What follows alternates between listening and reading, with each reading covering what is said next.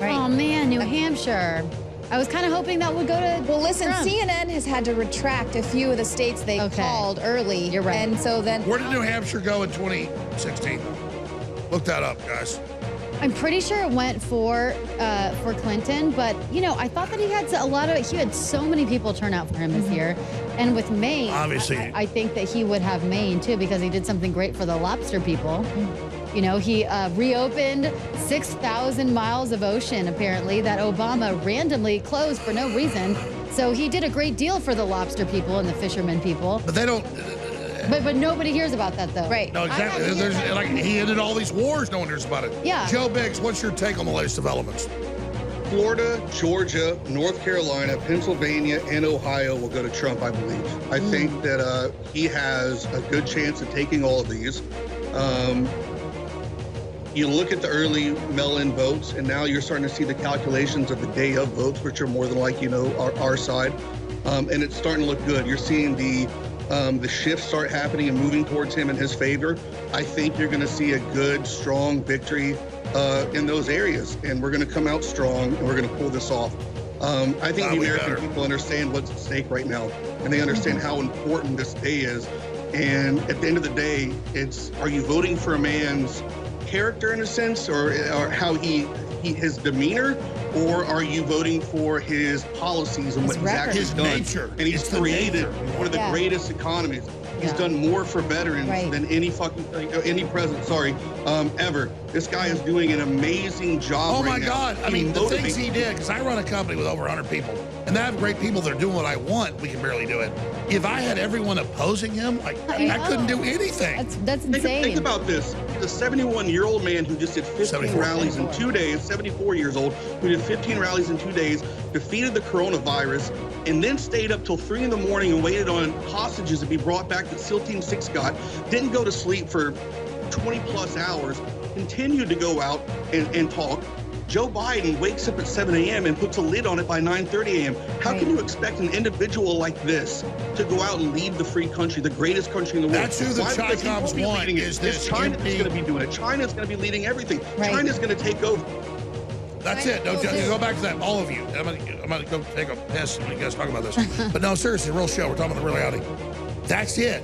The Chi-Coms want an empty, retarded vessel. Right. They don't want this. And so God's giving us this Trojan or this Spartan Goblin King who's like firing laser beams out of his eyes versus this retarded idiot. I mean, God's giving us a choice. So Leanne, Deanna Lorraine, and then Joe Biggs. Give us your take on that. Yeah, well, it's just incredible that anyone is going to listen to the mainstream media after this, after it's just become so clear how much they are in the pocket of the DNC. They're like the mouthpiece for the Democratic Party. And I just wonder when people are going to be sick and tired of being lied to. And, are all of these so-called journalists there in the mainstream media, do they even have a heart or a soul to see how they're selling out this country to the Chinese, to Iran, and then tearing down one of the best presidents we've ever had?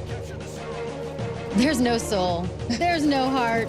There's no mind. I mean, I would think so. But, then I see time after time after time, these people are just bought and paid for. And they're all just puppets. I mean, just like Joe Biden is a puppet. These people are CIA trained. They all are in cahoots with each other. And it's never been more clear than in the last couple months. The big tech with the DNC, with the MSM, that is insane.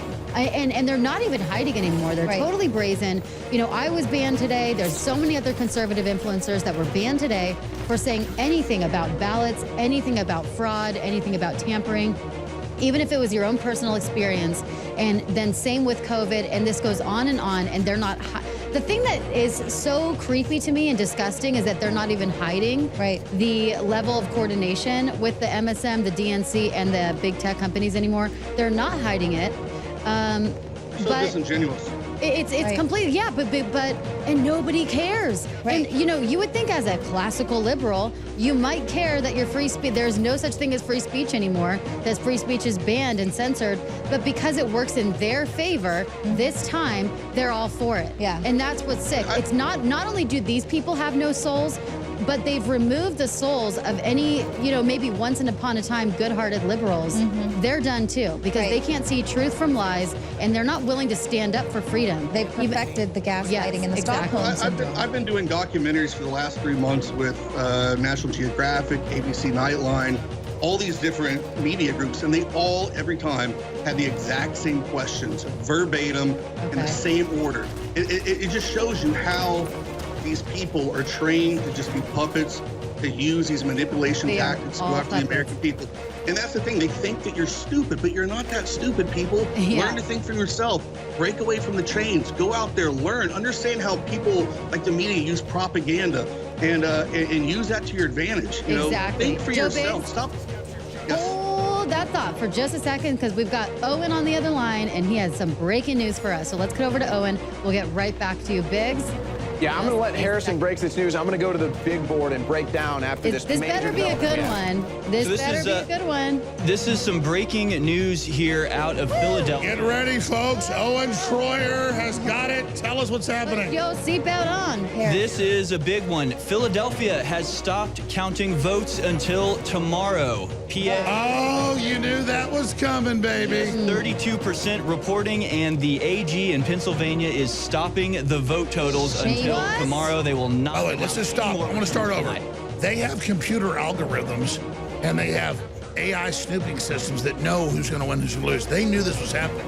That's why they made it all about Pennsylvania. Yeah. And notice they're going to hold this state up now. Continue. Start over. Start the over, reason? Harrison. And what's Start the over, reason? Harrison. What's the reason? So here is the report coming out of Philadelphia. The AG in Pennsylvania is stopping the vote totals until tomorrow. They will not be announcing any more returns.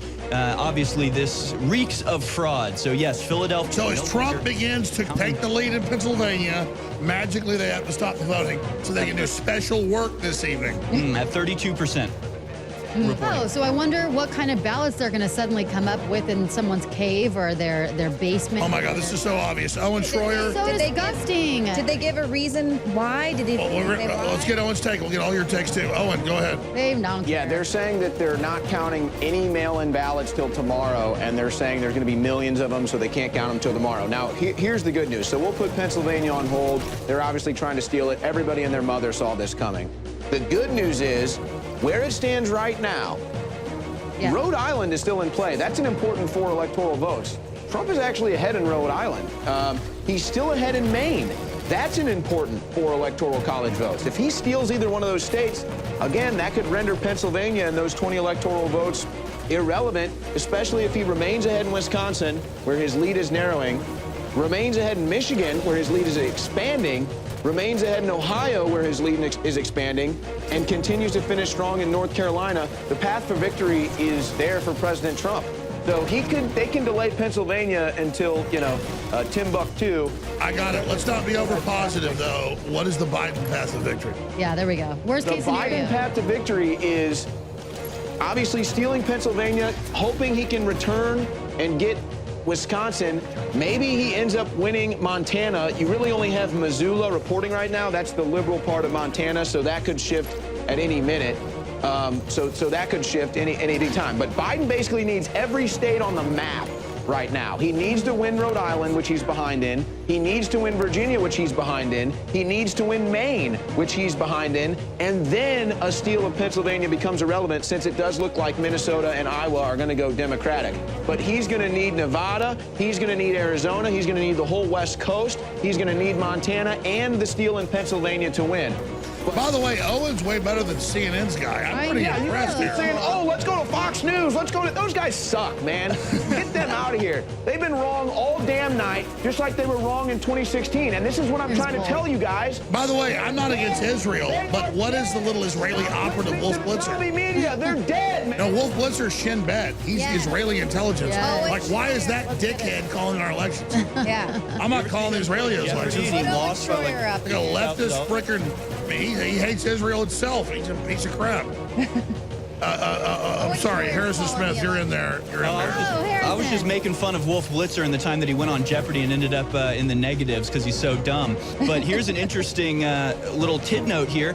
Donald Trump is winning over Joe Biden in the popular vote by 2 million votes. So that's kind of a change of fortune there. Where's that Dem baby? Where's Dem baby to cry over the popular vote? The popular vote is good because not only now he's 2 million ahead, he's going to probably win by more, and I think he's going to win the popular vote. And then they're going to I be would like, relax on that. California is going to be coming in, and he'll make up at least 2 to 3 million in California. So I wouldn't really bet too much on the popular vote. But I'm telling you right now, Biden needs a miracle. He needs more than just a Pennsylvania steal. He needs a miracle. And it seems really insignificant. But if he can't recover in Maine or Rhode Island, I don't see a path to victory for Biden. I really don't. Even if he, by some miracle, gets Iowa, Montana, and Arizona, he's going to have to recover in Rhode Island or Maine to have a path to victory tonight, the way the map stands. So again, they may delay Pennsylvania. They've obviously planned it out. They've obviously, as you said, Alex, they've rigged the algorithm so they know, Pennsylvania was about to go for Trump big time. Yeah. We better pause this deal. We better find mail-in ballots, you know. Yeah, everywhere else is like 90% recording, but we're 35%. It's been that for hours. This is ridiculous. That's bizarre. And also, why is Montana even in play for? Just wait, because Missoula, Montana is the earliest returning right now. Missoula up here, very liberal. It's the liberal stronghold. Once Billings here and Bozeman starts to see returns, I'm guessing that Montana will flip for Trump. So you're just really seeing the Missoula returns there before Billings and Bozeman come in. If you're in line in Montana, you still have 10 more minutes to vote. So make sure you stay in line and you vote. Your vote Missoula's counts. that liberal college town. It's kind of like Austin is in Texas. You know? So, you know, Arizona is interesting though here. Hardcore left-wing college turnout. Let's go to Arizona in a moment. Biggs, go ahead and make your point. Joe Biggs. I'm just saying, once they get to the rest of Montana, you're going to see it go towards Trump. It's going to shift hardcore. Okay, you're going to see that meter move over to him. It's just Missoula. Okay, good. That makes me feel better. But they like to show you that so that it'll put the blue on the map. Yeah. Because they want to show the blue mirage. But Or these people are just complete dumbasses and zombies, and we should probably quit listening to them for the rest of our lives. I don't know. Just a thought. Right. Just a thought that So, Owen, get to it. I mean, look at the numbers. Okay, Owen. You can crunch all this. Please tell me Trump's going to win. I'm telling you, Biden is going to need the steal of Pennsylvania and a miracle. Now, Arizona is interesting. The early returns are for Biden, but as of this morning, in Arizona, the Democrats were panicked because they were sending out mass text messages to their whole campaign team saying, even if you have COVID, go out, knock on doors for Biden. So it's going to come down to Pennsylvania and Nevada. It could, but again, Trump on the East Coast, guys. Give me back the East Coast here. Trump has a path to victory on the East Coast. Again, if he finishes strong in Wisconsin, Michigan, Ohio, and wins North Carolina, it's over. It's over. I mean, there's no path to victory for Biden at that point, and they know it, and that's why they're delaying Pennsylvania. And Maine is 4 electoral votes, right? What is? Maine. Yeah, Maine is 4, but it's actually 2 and then 2 per district. But they were always going to delay the vote. It was something. When we knew that, and that's what's so disturbing is we knew that, we called it, and they're pushing, censoring anybody who called that out. It's so obvious and so brazen. Isn't it disgusting to people? Here's a headline from the Los Angeles Times. On October 14th of this year, they say a really destructive scenario. Pennsylvania could hold up outcome of presidential election. So this was, over or almost a month ago that they were already seeding the ground for this narrative. Yeah. Right. Yeah, they have been the last 3 weeks too. They've been zoning in on Pennsylvania. And Alex, they've you been always doing point out hardcore social tell media you what they're going pushes. to do. They've been doing hardcore social media pushes saying that, hey, Pennsylvania, you guys are going to be the ones that call this. Like, go out and do your thing. So they're being pushed. Yeah, they made it all about Pennsylvania. Wow, what do you think's going to It's happen? always been Florida, or Ohio, but now it's Pennsylvania. Well, that's why the Amish people were like, okay, well, we're going to ride out, roll out in our wagons with our horses and go vote. So, Right, the Amish people voted. The nuns for Trump came out. Obviously, Washington, Oregon, go Democrat. What about Idaho? Yeah, Idaho. Idaho is pretty much booked for a Republican victory right now, I would say. This is what's crazy about it, though. I mean, if everything holds out like this, and let's say Trump wins Wisconsin, that'll put him, I think, at a solid 265 to finish. Again, Maine with potential 4 with 2 districts and then the 2 for the state. Rhode Island is still open. But this is the craziest scenario. If somehow Biden basically wins the rest of the way, it will literally come down to counting the illegal mail-in ballots in Philadelphia. So let's say Biden comes in and he does end up winning Wisconsin, Oregon, California, Nevada, Arizona, New Mexico, Colorado, Iowa, Minnesota, New Hampshire, and Rhode Island. Then it will come down to the mail-in ballots in Philadelphia. So if they've got this thing gamed out to that point, I mean, my God. That's totally rigged. But again, Trump has a Trump 300,000 won. vote lead. Trump won. So in Maine, there's 2 state electoral votes and then 2 districts. Trump won the 2nd district in Maine in 2016. He's leading in Maine right now. So that's an important 1 vote that could end up changing things. It's crazy to think that a 1 Maine electoral vote could do it, but that could be the one. Well, Trump has a 300,000 vote lead right now in Pennsylvania over Biden.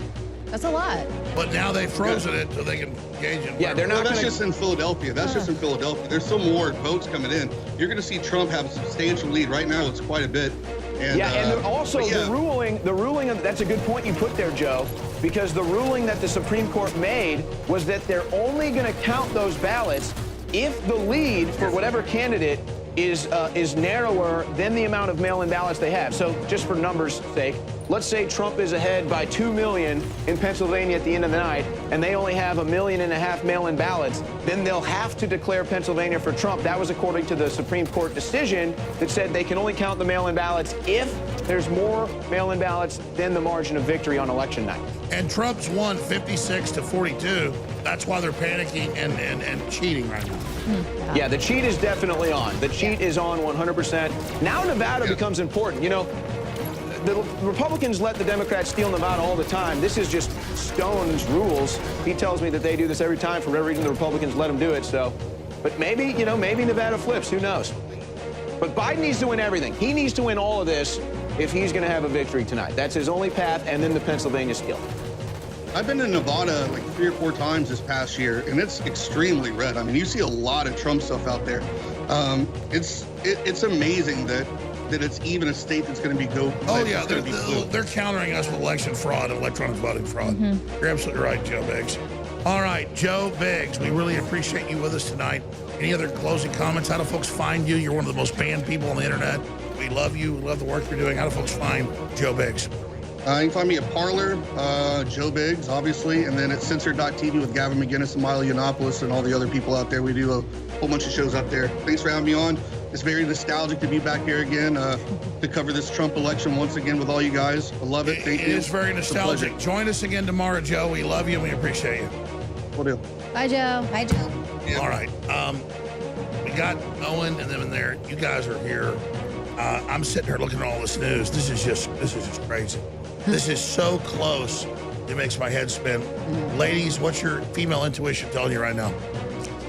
I'm just wondering, as we're seeing sort of the red sweep over the map, obviously we don't have CNN and all these other networks piping in, but I'm curious, at what point in the night do they have the mental breakdown? Do they start crying? Do they say, 4 more years of this, it's time to hit the streets and resist? And we saw them do this 4 years ago, and you know.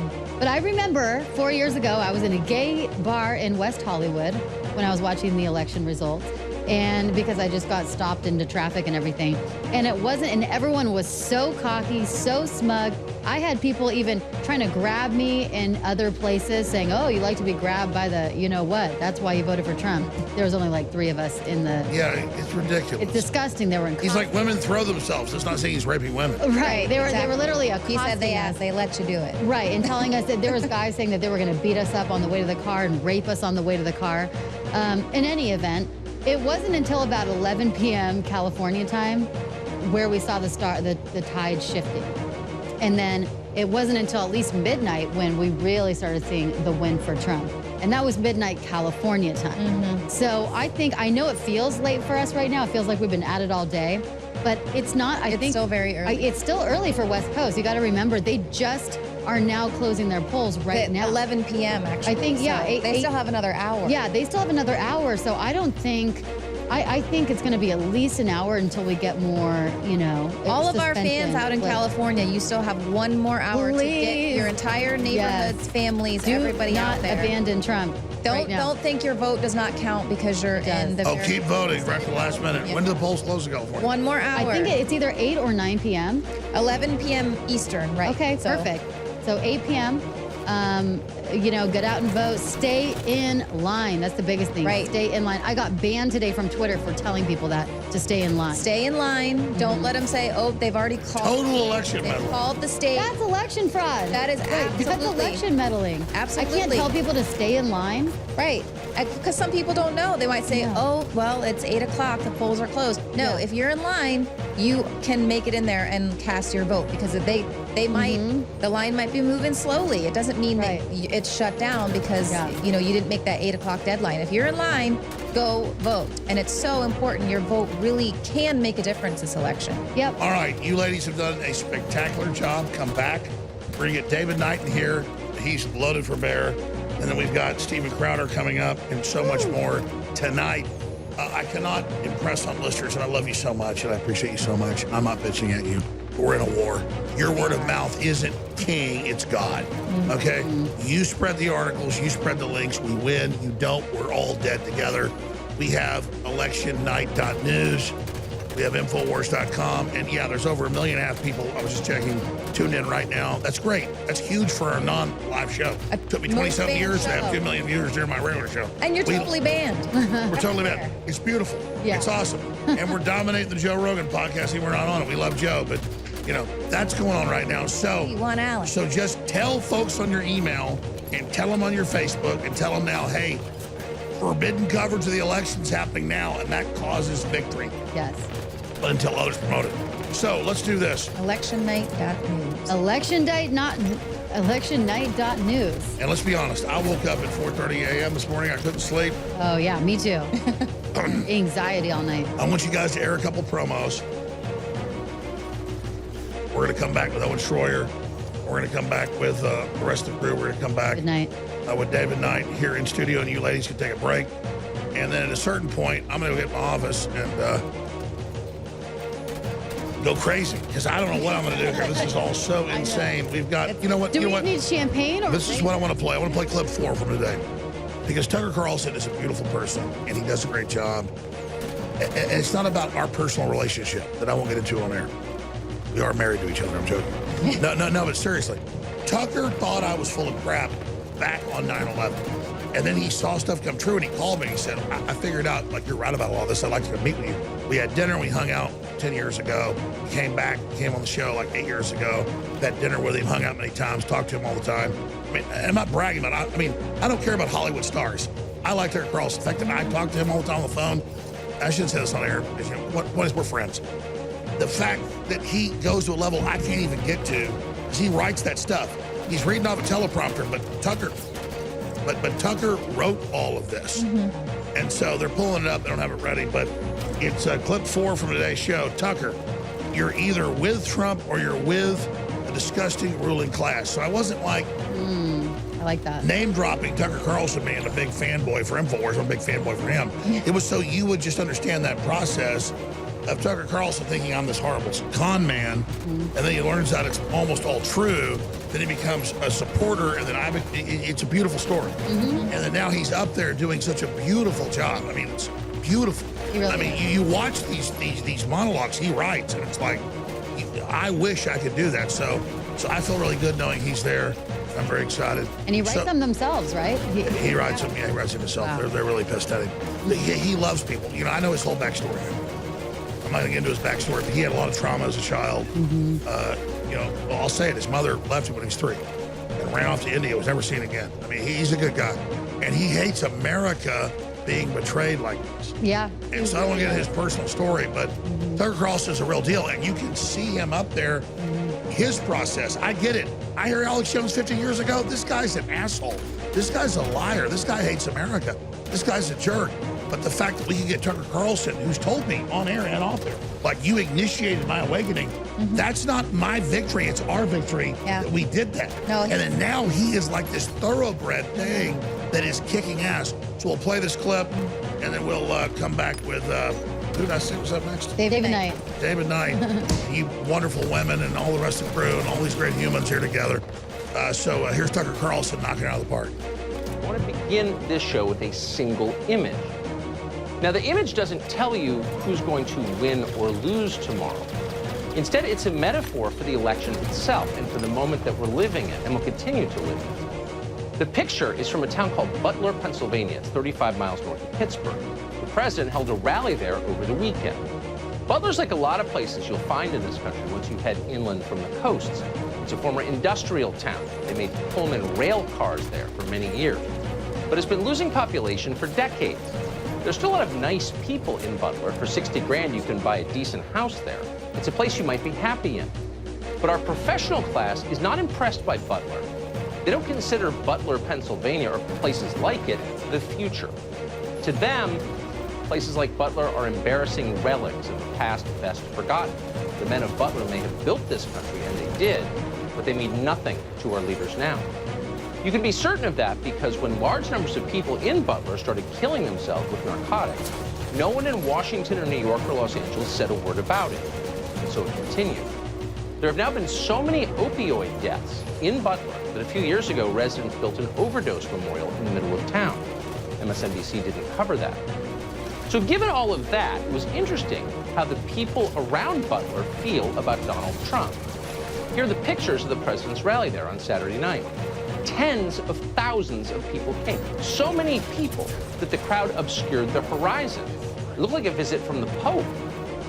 When was the last time a political speech drew that many people? Well, the media didn't ask. Instead, they attacked the rally as a super spreader event. Trump endangers thousands in Pennsylvania. Okay, we'll leave the epidemiology to CNN. But the question still hung in the air. Why did all those people come? Why?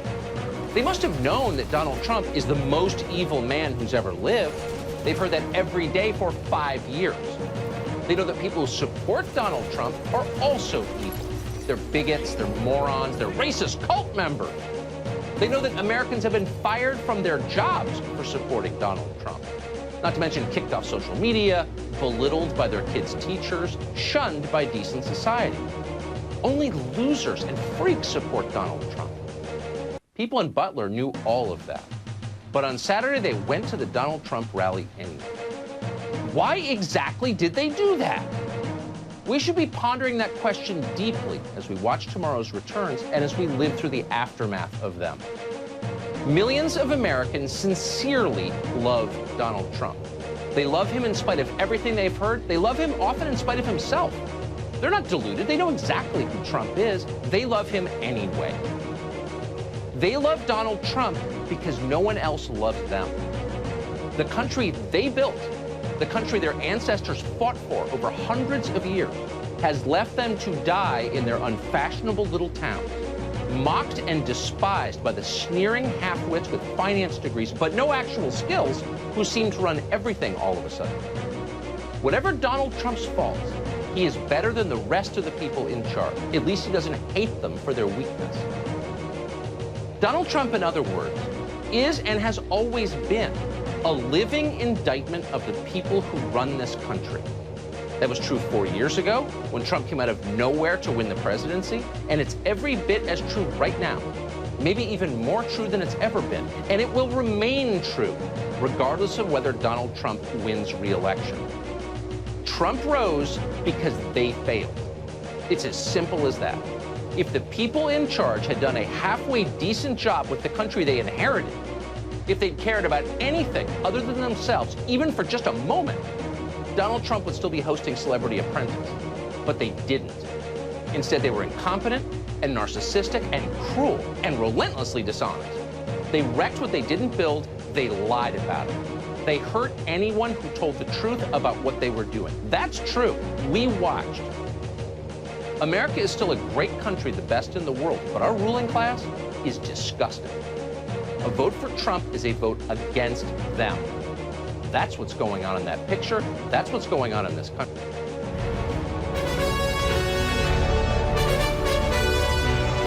I'm just going to say this right now as I sit here on the final minutes of November 3rd, 2020, with David Knight sitting in my right hand and Owen Schroyer and all the rest of this amazing crew. I am so honored to be here with you covering this all right now. And this amazing crew and all of you that put us here. We were not supposed to be here. We were not supposed to have a voice. We were not supposed to stand up, but we did. And we were honest about everything. We weren't followers of Trump. We were followers of freedom. And we are here right now. Thank you so much for joining us on this live November 3rd global transmission, 10:10 Central Standard Time. Razor's Edge. We don't know if Trump's going to win or lose. This is so insane. We are live worldwide. The latest with Owen Schroyer from the other studio. Owen Schroyer, tell us the latest numbers. So Trump continues to widen his advantage in Pennsylvania, but of course, the Democrats, with their election steal that they've had planned for months in Philadelphia with the mail-in ballots, they're going to delay Pennsylvania for, as long as it takes. But Trump is dominating Pennsylvania for all intensive purposes. But we're probably going to have to wait for that. The key to pay attention to right now is North Carolina. It's almost time to call. Now, the mainstream news has already called Florida. We called that an hour ago. But North Carolina is going to be the one to watch. Tiny, razor's edge in North Carolina right now. But it's almost to the point of 99% reporting. And so I think we're going to have a final declaration of North Carolina probably within the hour. If Trump wins North Carolina, he is on the path to victory. Now, shenanigans are happening in Georgia. They're now saying Georgia's going to have to wait and count mail-in ballots. Oh, and so they're pulling. So it looks like, Owen, they're going with Plan B to hold the election up. Now, it could, again, we'll have to wait and see what the numbers are at the end of the night. It could be so big for Trump, it may not matter. But right now, Georgia and Pennsylvania, they're going to probably try to hold over for later. It does look like Biden is going to win Iowa, something that flips for Democrats. That's sad to see. Biden is pulling ahead in Arizona. That's going to flip from a Trump state in 2016. That's upsetting to see. But Trump's still narrowly ahead in Wisconsin. Trump dominating right now in Michigan. But if they do declare North Carolina for Trump, all Trump has to do is win Montana and or Wisconsin and Georgia, and I think they'll have to call the victory for Trump tonight. Biden does look like he's going to end up closing out in Maine and Rhode Island. Trump could still get one electoral vote from Maine in District 2. But can you believe that a reanimated corpse is close to defeating our populist president, David Knight? You've been watching this for hours. You're loaded for bear. What do you think? It looks like, and you're hearing it here first, the mainstream media was completely wrong with all the polls, right? And they're not even close. And so you got all these betting markets, we've been seeing for the longest time. Oh, there's a 99% chance that Trump's going to lose or whatever. You've got the betting. It's a repeat of 4 years ago. Yeah, exactly. You got the betting markets that were betting against Trump and everything. A couple of hours ago, it was 50-50. Now it's 68% for Trump, saying that they think that he's going to win. And you see the stock market. Of course, that's redundant. That's a betting market as well. But all the gambling markets are betting on Trump now. So it looks like this is going to happen, except, as you point out, it's really earlier in the day, as I reported, the analysis that was done by President Trump's campaign manager. He went back and he looked at a video that was done by Biden's campaign manager and an Obama campaign official. And basically he said, well, I went through their numbers and it looks like everything goes through Pennsylvania. And so everything. Which is why they're holding it up. Exactly. You said that last week. I was watching your show in the morning, and now they're holding it up. It's like, oh, yeah. They got computers. They know. That's right. Not the polls, the computers know. I've watched this my entire life. You see what it is. It's like a poker game. And what they tell the people in the red areas, typically the rural areas, they say, okay, show us what you got. And then after they see what you got, they pull out the voting machines out of the trunk and they pull out the aces out of their sleeves. And they say, well, here's our hand. I've seen this over and over again in statewide elections. And so that's what they're playing on a national election basis is exactly this in Pennsylvania. Well, I've done the three-dimensional math. If they steal this from Trump, it hurts them worse down the road. Just imagine, we get Trump, it's corrupt. They'll blame him for whatever happens. If they were dumb enough to put Biden in, they have long term, it's a bad move for them. So we win either way. Yeah, it looks like there's not really going to be much of a change in the Senate and the House either at this point, what they're saying. I mean, you have Doug Jones, who lost his race in Alabama. which was kind of expected. You had Cory Gardner in Colorado lose to former, I think he's two-term governor, Hickenlooper. So that's a net wash. You got Mitch McConnell, Lindsey Graham. Everybody was saying Lindsey Graham's going to lose. I didn't follow that. What happened with Mitch McConnell?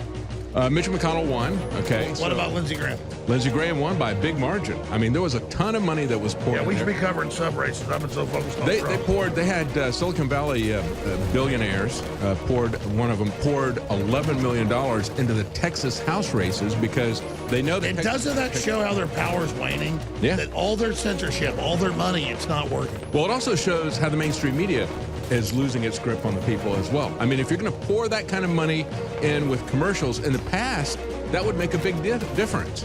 But because people are not paying that much attention to the mainstream media, that kind of... I disagree. And yeah. They pay attention to the opposite. Right. They don't pay attention to the commercial. No, I agree. No, they do the opposite. Yeah. Oh, yeah. Okay. Yeah. What I'm saying is they literally do the opposite of what they say. Could be. Like, I don't want to give the enemy any ideas. My only superpower is being honest. When they attack us, we go up. Yeah. Like, people hate them so much, David.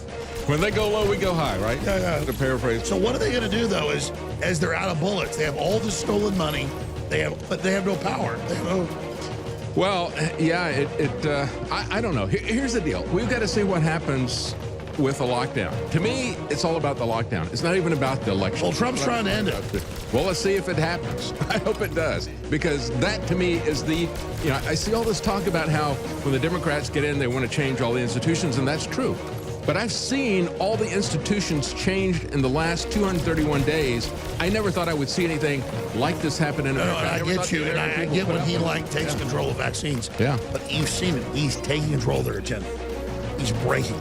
I mean, Well, I hope that's true. I mean, I'll stand up and cheer if he does that. I agree. I hope. Well, if he doesn't, we'll go to war with it. How about that? Yeah. We'll go to war with Trump. He doesn't stop this. But so tonight, let's talk about tonight. Everybody's tuned in right now. Want to know who's going to win. Let's pull the electoral map up. Let's bring Owen Schroyer back in, and also Harrison Smith. What's the latest, guys? Well, there is an interesting result here out of Georgia with Representative Doug Collins, who's been a total champion in the House of Representatives. He has conceded the special U.S. Senate race to Senator Kelly Loeffler, but that should go into a runoff because neither of them have over 50% of the vote or the Democrat person there. But that's just a little upsetting for me because I was always a big fan of Doug Collins, and he loses that special U.S. By the way, Harrison, let me just interrupt you. Look how awesome this is. A studio with great analysts and our own graphics and kicking ass outside the system. This is original. No one thought we'd do this. Sorry. Go back to you, Harrison Smith. Yeah, you're exactly right. And, just to double down on what you're saying, who knows what individual effect just one of us has had, but, we're all together pushing towards victory right now. It's not about the individual, attributes. David, jump in. Go ahead. Individual I got a changes question, you make. Harrison. You said it's going to go into a runoff because they didn't get 50%. I mean, is there a third-party candidate in there that was a margin of difference and they didn't get... Yes. Well, it was, there were 2 Republicans and 2 Democrats running. So right now the Democrat is actually ahead, but just barely. And that's because the Republicans split the vote 22 to 29%, and then, or 22 to 28, and then the Democrat has 29. So the Democrat is ahead right now, but I believe in Georgia you have to get 50% or it automatically goes into the runoff 9 weeks from today. All right, so big picture, Harrison. We can focus on Texas, Alabama, whatever. What are the numbers? Owen Schroyer, what are the numbers we have?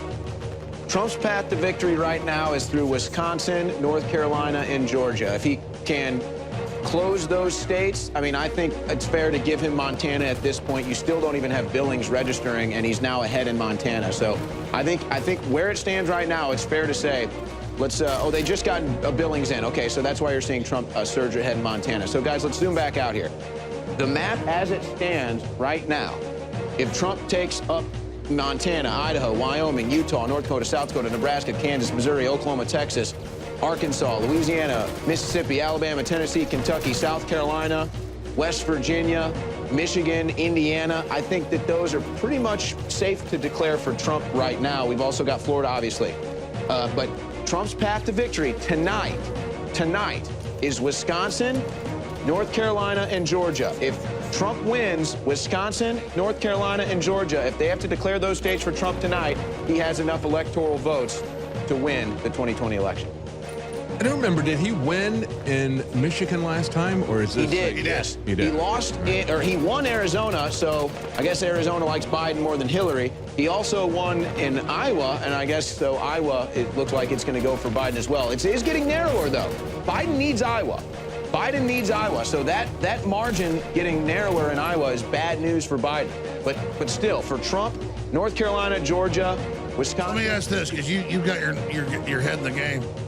What did Trump win so far he didn't win last year versus what did Biden win he didn't win last year, or vice versa? Everything is pretty much the same right now. The only thing that's interesting is I believe Trump, let's just see the numbers here, guys. I believe Trump still has more votes in Virginia. Yeah, Trump's still up in votes in Virginia. Still not fully reported there. So why are they showing it blue then? Just more BS? Well, they just know that it's their algorithms, Alex. You know how it goes. But we'll wait and see. We'll wait and see. I mean, you look at Richmond and Roanoke. Maybe there is a chance for Trump to take Virginia. But Trump doesn't need Virginia. But to answer your question, Alex, everything is pretty much the same right now. New Hampshire looks like it's going to end up with maybe a couple thousand vote victory for Biden, just like it was for Hillary. Trump is still up in Maine, I believe. Guys, let me look at Maine here. Yeah, Trump now down in Maine, so even more down now. We'll see what happens in District 2 in Maine. That's one electoral college vote he could get. Guys, let me see New Hampshire one more time. It's like watching Krypton blow up if you're Superman. I mean, why do they even have a chance when they're Chi-Coms that hate our country? That's what's so disgusting. Let me see. David, how disgusting. Oh, and we'll go back to you. But how disgusting is it to know how clear this is? And we can't even get a clear victory. Yeah, that's true. You know, here's one of the things, too, Alex. Down ballot, one of the reasons why these billionaires are pouring so much money into Texas, of course, Texas is getting a population increase, people moving here from California. We're going to get more congressional seats. 2020 is the year that you're going to have state legislatures redistrict for Congress. And that means that if you've got, whatever party is in power, always they set it up so they get the majority of seats. They know how to do that with a gerrymandering. That happened in North Carolina. In 2008, North Carolina went for Obama, and then in 2010, they went radically the other way. And everything changed in North Carolina from the Republicans lost every race except for the congressional races. They were frozen because of the districting. However, the North Carolina state legislature flipped Republican for the first time since Reconstruction. And they redrew the districting lines, and then they got a majority of Republicans, after that because of redistricting. So that's a key thing that's going to flow in here. We don't have all that information yet because you got to dig down deep on all those state races. We won't have that until tomorrow or the next day. All we know is the Democrats literally are Chi-Com operatives. That's right. And what is happening, too, when we look at this is going to be a key race at the state levels for control of the House coming up. It's in the next elections. Incredible. All right, Owen Schroyer, and jump in as well, there, Harrison Smith, about the latest numbers. Well, let me just say real quick, Trump is extending his lead in Georgia. He's extending his lead in Pennsylvania. How many mail-in ballots there are? Who knows? How many more are they going to take by the, November 2021? Who knows? Those are going to be things to watch. But as it stands right now, Trump is really looking good in Michigan. I mean, I would even perhaps declare Trump the victor in Michigan at this point, but I guess it's still too early. Trump is pulling ahead in Wisconsin. The votes are kind of coming in a little bit slow, but Trump is still ahead in Wisconsin. So, I mean, again, North Carolina, Georgia, Wisconsin, if they go for Trump, he doesn't need Pennsylvania, he doesn't need Arizona, and he doesn't need Minnesota. They're now saying Iowa. Guys, let me look at Iowa here. Trump now with a lead in Iowa, so I think that's probably going to stay the way the rest of the night. So Trump has now overtaken Biden in Iowa. That's big. That's big because Biden needed Iowa badly if he was going to have an electoral victory tonight. Right now, the momentum is really with Trump. Yeah, and if we're looking at this New York Times map, it appears that literally all of the states decided so far maintain their same position that they did in 2016. So if a state was won in 2016, it's been won in 2020 so far of all the states that have been decided. Fox News has declared Florida for Trump, but some other places have not, and that's with 94%. That's huge news. If Trump wins Florida, we're going to win. Oh, God. But Yeah. then we've got to go full mission, make Trump do what we want. We should talk about that in a minute, David. I mean, Because, Trump's a good guy. We've got to totally dominate the agenda and make him do what we want. It's really amazing. In places like Iowa, the difference is as little as, well, it's changing now, but as little as 12,000 votes between them. So this is a razor-thin margin in some of these locations that are still, the reports are still coming in. So let me ask Owen, and let me ask Harrison, let me ask David Knight. What do we do? A minute apiece. David, start first. What do we do if Trump wins? We have a demands, just like Martin Luther put on the Catholic Church door. What is our demands? In the lockdown, take away the executive order that is an emergency order that's allowing some of these Democrat governors in places like Montana to extend their executive tyranny beyond the legislative limit that would typically be there. There's a sunset clause on all these governors' executive orders, 30, 60, 90 days, depending on the states. That is allowed to continue forward as long as President Trump has an executive order that says we're in a state of emergency. The other thing we have to do is we have to put a lot of pressure on them to remove the masks. And as I've been saying for the longest time, when they had the White Coat Summit, President Trump should have brought them in. He should have kicked Fauci Elevated off the them. dais. Exactly. He should have brought them in. They were saying everything that needed to be said. They said, look, we can cure this. There's no reason to be afraid of this. This is not. And now it's come out that Fauci's own paper from 2008 that most of the death in the Spanish flu was pneumonia from the That's mask. right. Oh, he's lied about so many things. I mean, he lied about HCQ. So I don't know about But that. it's so easy to destroy him. Yeah. In 2005, the NIH did a study showing that it was an effective therapeutic and a preventative. And then also, it also came out that in 2007, you got a lot of people at the NIH saying that this Ad5, the adenovirus that's being used by AstraZeneca and some of the other vaccine races, you know, you got two of them, or a couple of them are using Pfizer and Moderna are using mRNA. The other people are using the adenovirus, and it's an Ad5 strain, which identified back in 2007 As a vector carrier. as a vector for HIV. And Fauci knows that. I mean, he's been on top of the HIV. This is stuff insane, already. mad scientist stuff. Exactly. So he knows all of this stuff. It'd be easy to kick this guy out. And frankly, if they're going to continue the bioweapon experiment, even when they were told to shut down, he ought to be brought up on charges, criminal charges, as. And we're not just saying that. Here's the Overton window. They want us to all accept them. We say, okay, death penalty, life in prison.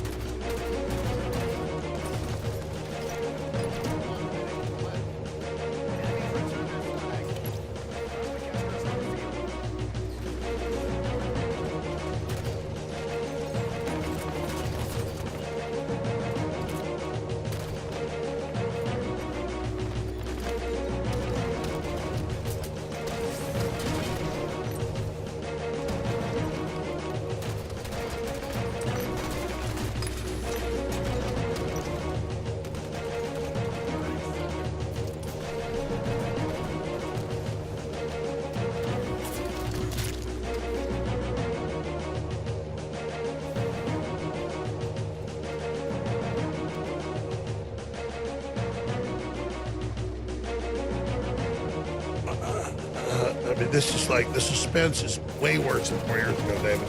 Yeah, it's a lot closer than it was 4 years ago. Is it closer, you think? I don't know. It seems to me like it was because, I don't know, they were projecting again, like I said, 90%. Total Hillary victory, yeah. Exactly. And so we saw all the same stuff being said again this time. But I was a lot more confident last time that Trump was going to win. I was too. Yeah. I've had a bad feeling. That's why I'm like waiting to be proven wrong. Like, I want to believe in a Trump victory, but then I have this bad feeling, but maybe I'm wrong. Yeah.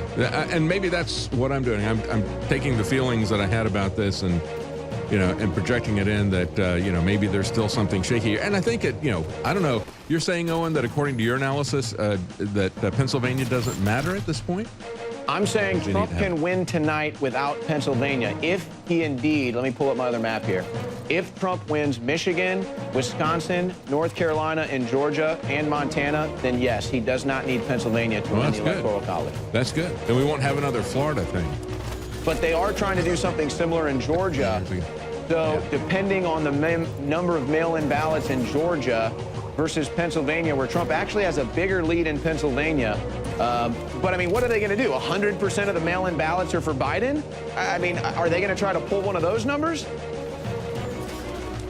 They're crazy. That's what they'd have to do at this point, because the margin of victory for Trump in Pennsylvania and Georgia is way too wide. Okay, so let's go state to state. We'll focus in and break through, and they're doing a great job. Let's look at Florida. Let's look at Pennsylvania. Let's look at each state. Owen, take us through it. So, yeah, Florida is looking really good. Like I said, I mean, there's not really going to be a surge of Biden. Most of the numbers that are coming in later up here in the Panhandle. Blow it up. Blow it up. That typically, do we have anybody back there, guys? Yeah, so as you can see here, as the Panhandle comes in, this is usually going to be strong conservative. So, yeah, you're going to have your big cities, Miami, Orlando, Tampa. They're going to slightly lean Democrat. But Florida...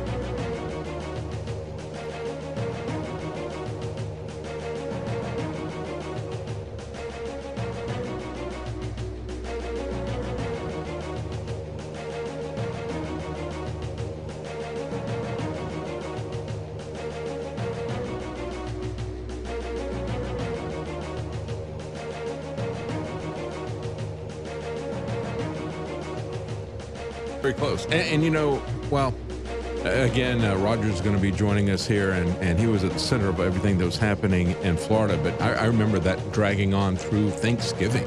I remember they're still fighting about that Thanksgiving. So, you know, this is pretty amazing. It's been a big reversal, a total discrediting of the mainstream media and all the pollsters yet again throughout all this. So you're seeing a Trump victory in these numbers?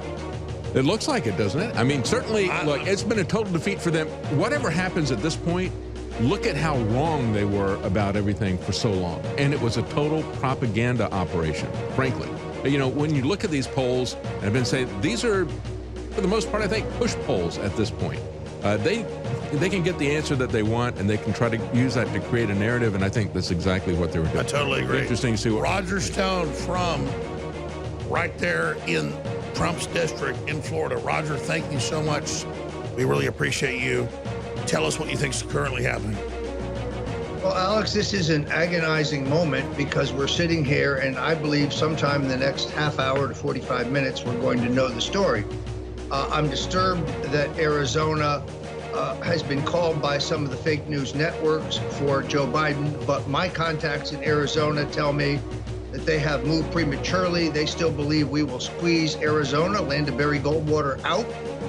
Therefore, I'm not going to throw it away in my mental calculation quite yet.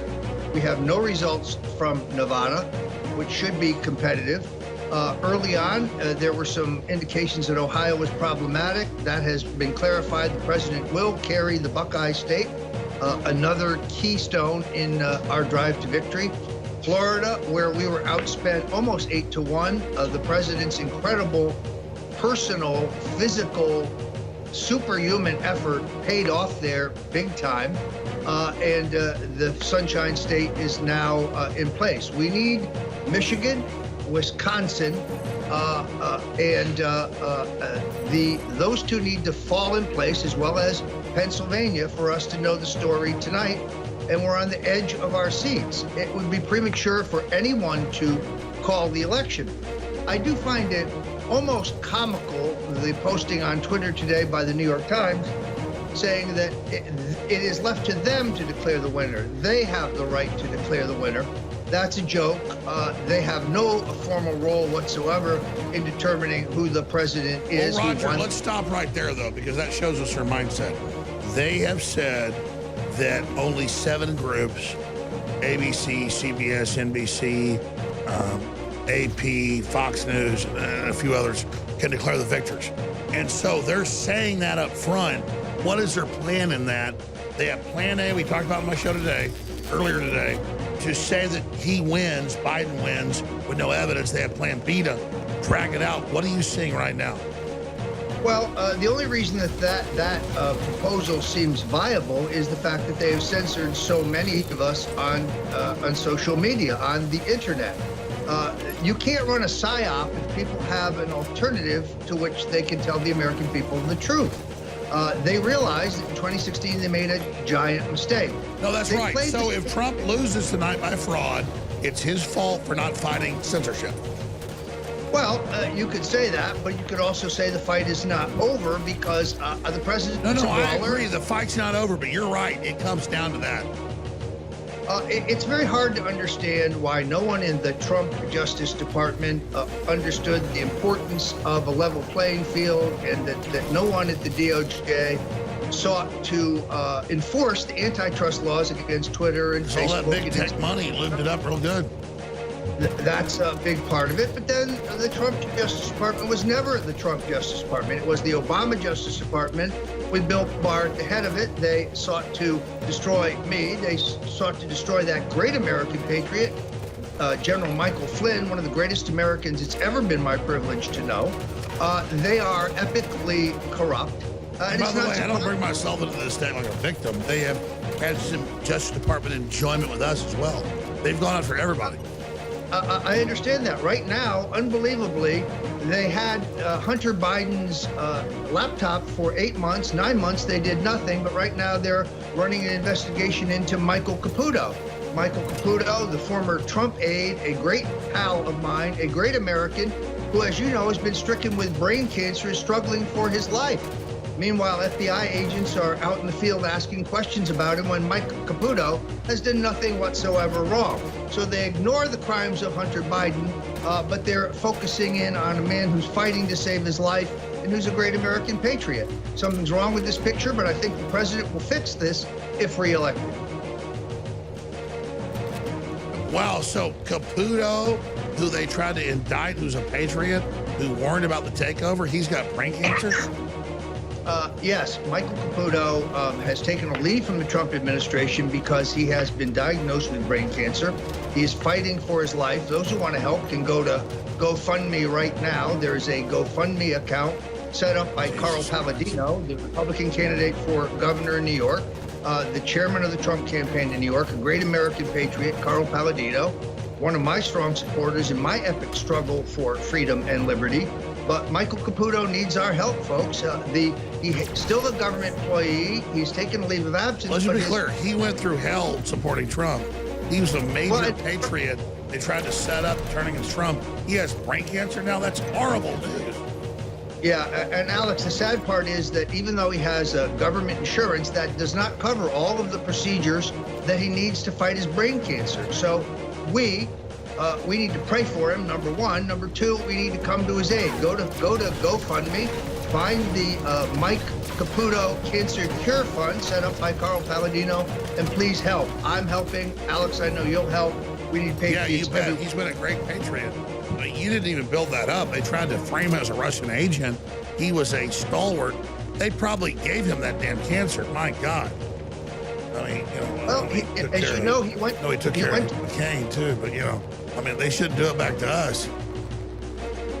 Well, he went to work for the president on the COVID-19 factor. He became a real enemy of the deep state because they fear the truth coming out about now he's got brain cancer. And now he has brain cancer. I'm not making any aspersions as to how he get it. I'm only praying fervently for his recovery. He's a great man. He's a great friend of mine. He and I were prohibited by the court from speaking for almost 2 years for no reason whatsoever. No reason other than the fact that they wanted to deny me the wise counsel. Everybody else sits out there. I'm not mean the listeners, but like, oh, this and that. We're in the arena. This is real stuff. Yeah. And boy, I tell you, the cancer rate with Patriots is very high. Well, Alex, we are praying for him. In the meantime, we're in this agonizing hole where we're waiting for one of the other big pieces to fall into place. So you're there watching numbers. I'm sure you have a TV up. What's the latest numbers? How's Trump doing? Well, you know what? We just don't have enough information to say, and we have some information that seems to be contradictory to the projection. So, for example, a number of the networks have projected Virginia for Joe Biden.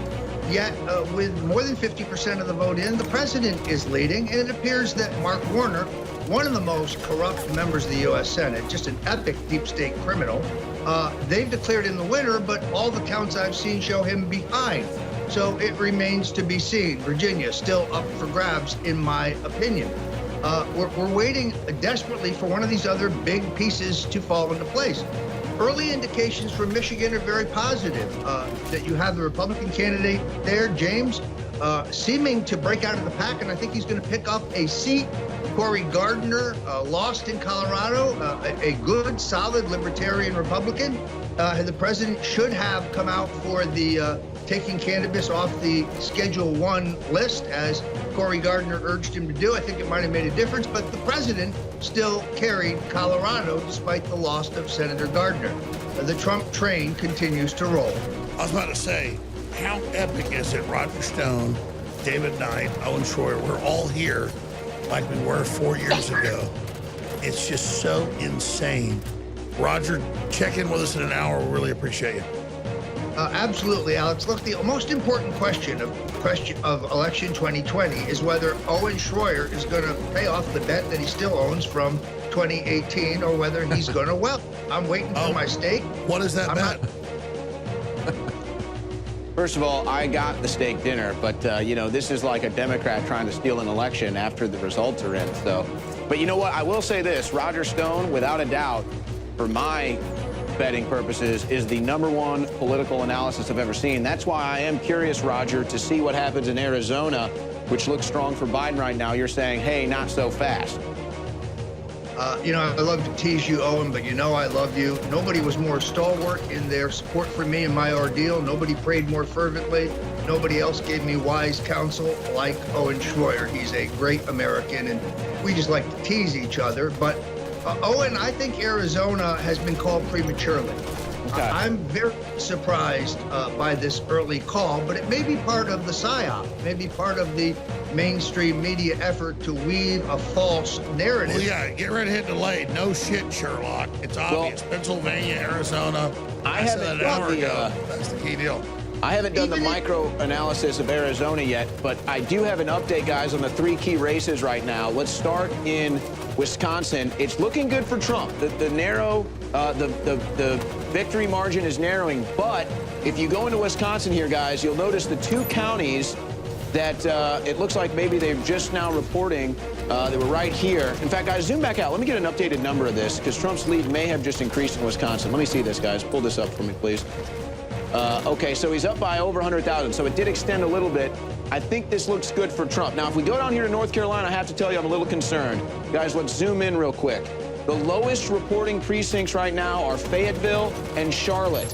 Heavy Democrat precincts. This is a tiny margin right now in North Carolina. I'm a little afraid with Fayetteville and Charlotte numbers still coming in. We're going to have to be careful here and watch North Carolina. Now, if we go down to Georgia, I think it's pretty much good news, because if we go down to Georgia, guys, zoom in. Let me see if they've counted these. Okay, if you look here, the only one that they're not getting numbers in is, I believe this is Hancock County, which did go for Hillary Clinton in the last election, but it's a very small district. It's not going to be enough to change the overall numbers. Let's zoom back out. Let me see the overall numbers of Georgia right now.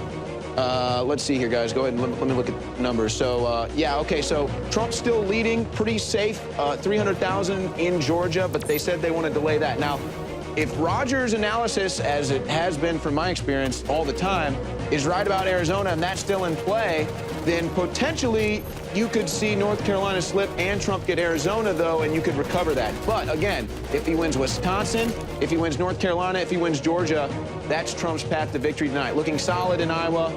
Montana's kind of going back and forth. We'll have to see. Looking solid in Michigan. But Trump's path to victory. Georgia, North Carolina, Wisconsin, that's still Trump's path to victory for right now. And we have an update in Virginia. As of just a few minutes ago, suddenly and out of nowhere, about 500,000 votes came in, all for Joe Biden. So Joe Biden now leads President Trump by a little over 200,000 that was going to happen. votes. I mean, a lot of special votes for old dumbass. Yeah. Let's go to Roger's town. Roger, what do you make of this disastrous news? Look, let's not overreact to that. Virginia went for Hillary Clinton. It was expected to go for Joe Biden. This is not monumental. Perhaps the timing of it is important, because it's meant to create a psychological bandwagon effect. But Harrison Smith coming in with a solid necktie tonight, has just given us, I think, very important news. We the people. Thank you, Roger. Yeah, Virginia's not looking too good. Texas still holding, and Trump's lead increasing there. I mean, who believes Texas is really for Democrats? Give me a break. It's a goddamn fraud. Alex, let's be candid. Texas is changing demographically. It's changing in terms of its makeup. It has been trending towards the blue. Let's remember that Ted Cruz, your senator, made it by the skin of his teeth against the odious Beto O'Rourke, a gun grabber in Texas. Yeah, he barely won against a literal demonic retard. Yeah, well, if you look at California, that used to be red. It changed to blue because of demographics. Virginia, as the New York Times reported. Why don't they just move to Venezuela then? That's a great question. But, Virginia went blue because of demographics, and now Texas is going blue because of demographics, which really emphasizes just how important tonight is, because if Joe Biden gets in and gives amnesty to every illegal immigrant, Texas won't just be blue next time, it'll be blue for the rest of time. So, I mean, this is America's head in the guillotine right now. I agree, David. Nice to see if the lever drops. Talking about Virginia, I've interviewed a guy there who's working on, a political project there to try to get more local control. He pointed out that the GOP in the 2018 election didn't even field enough candidates in Virginia to have control of the House. Even I wouldn't vote today. over 40% of the candidates, there was no one running against him. That's right. And then there's another thing that happened this year in Virginia. Back in March, before all this lockdown started, they introduced a bill, and the Republicans supported it in the House even, that would extend the election, the collection of ballots 3 days after the election. They did that back in early March before the lockdown happened. So they were getting ready for this. Yeah. So let's get the tape. Owen Schroyer, Roger Stone, Harrison Smith, David Knight, your predictions, call it out tonight. I think Trump wins tonight. If I had to make a call right now, I mean, you can't even call Pennsylvania, sadly, because they've already said they're going to delay it, even though Trump is doing very well. Boy, I mean, North Carolina is going to be tough. But if they announce Georgia and Wisconsin, that gives Trump 259 in my book, and that includes Montana and Iowa. So that means all he would need is one of the following states: Arizona, North Carolina, or Pennsylvania.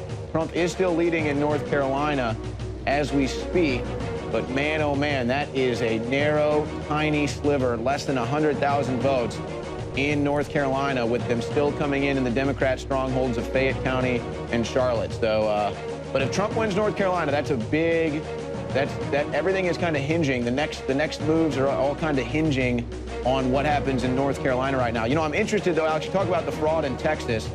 I look at, for example, Williamson County, where Biden, just north of Austin, where Biden is beating Trump right now in Williamson County. No, Williamson County's super right-wing.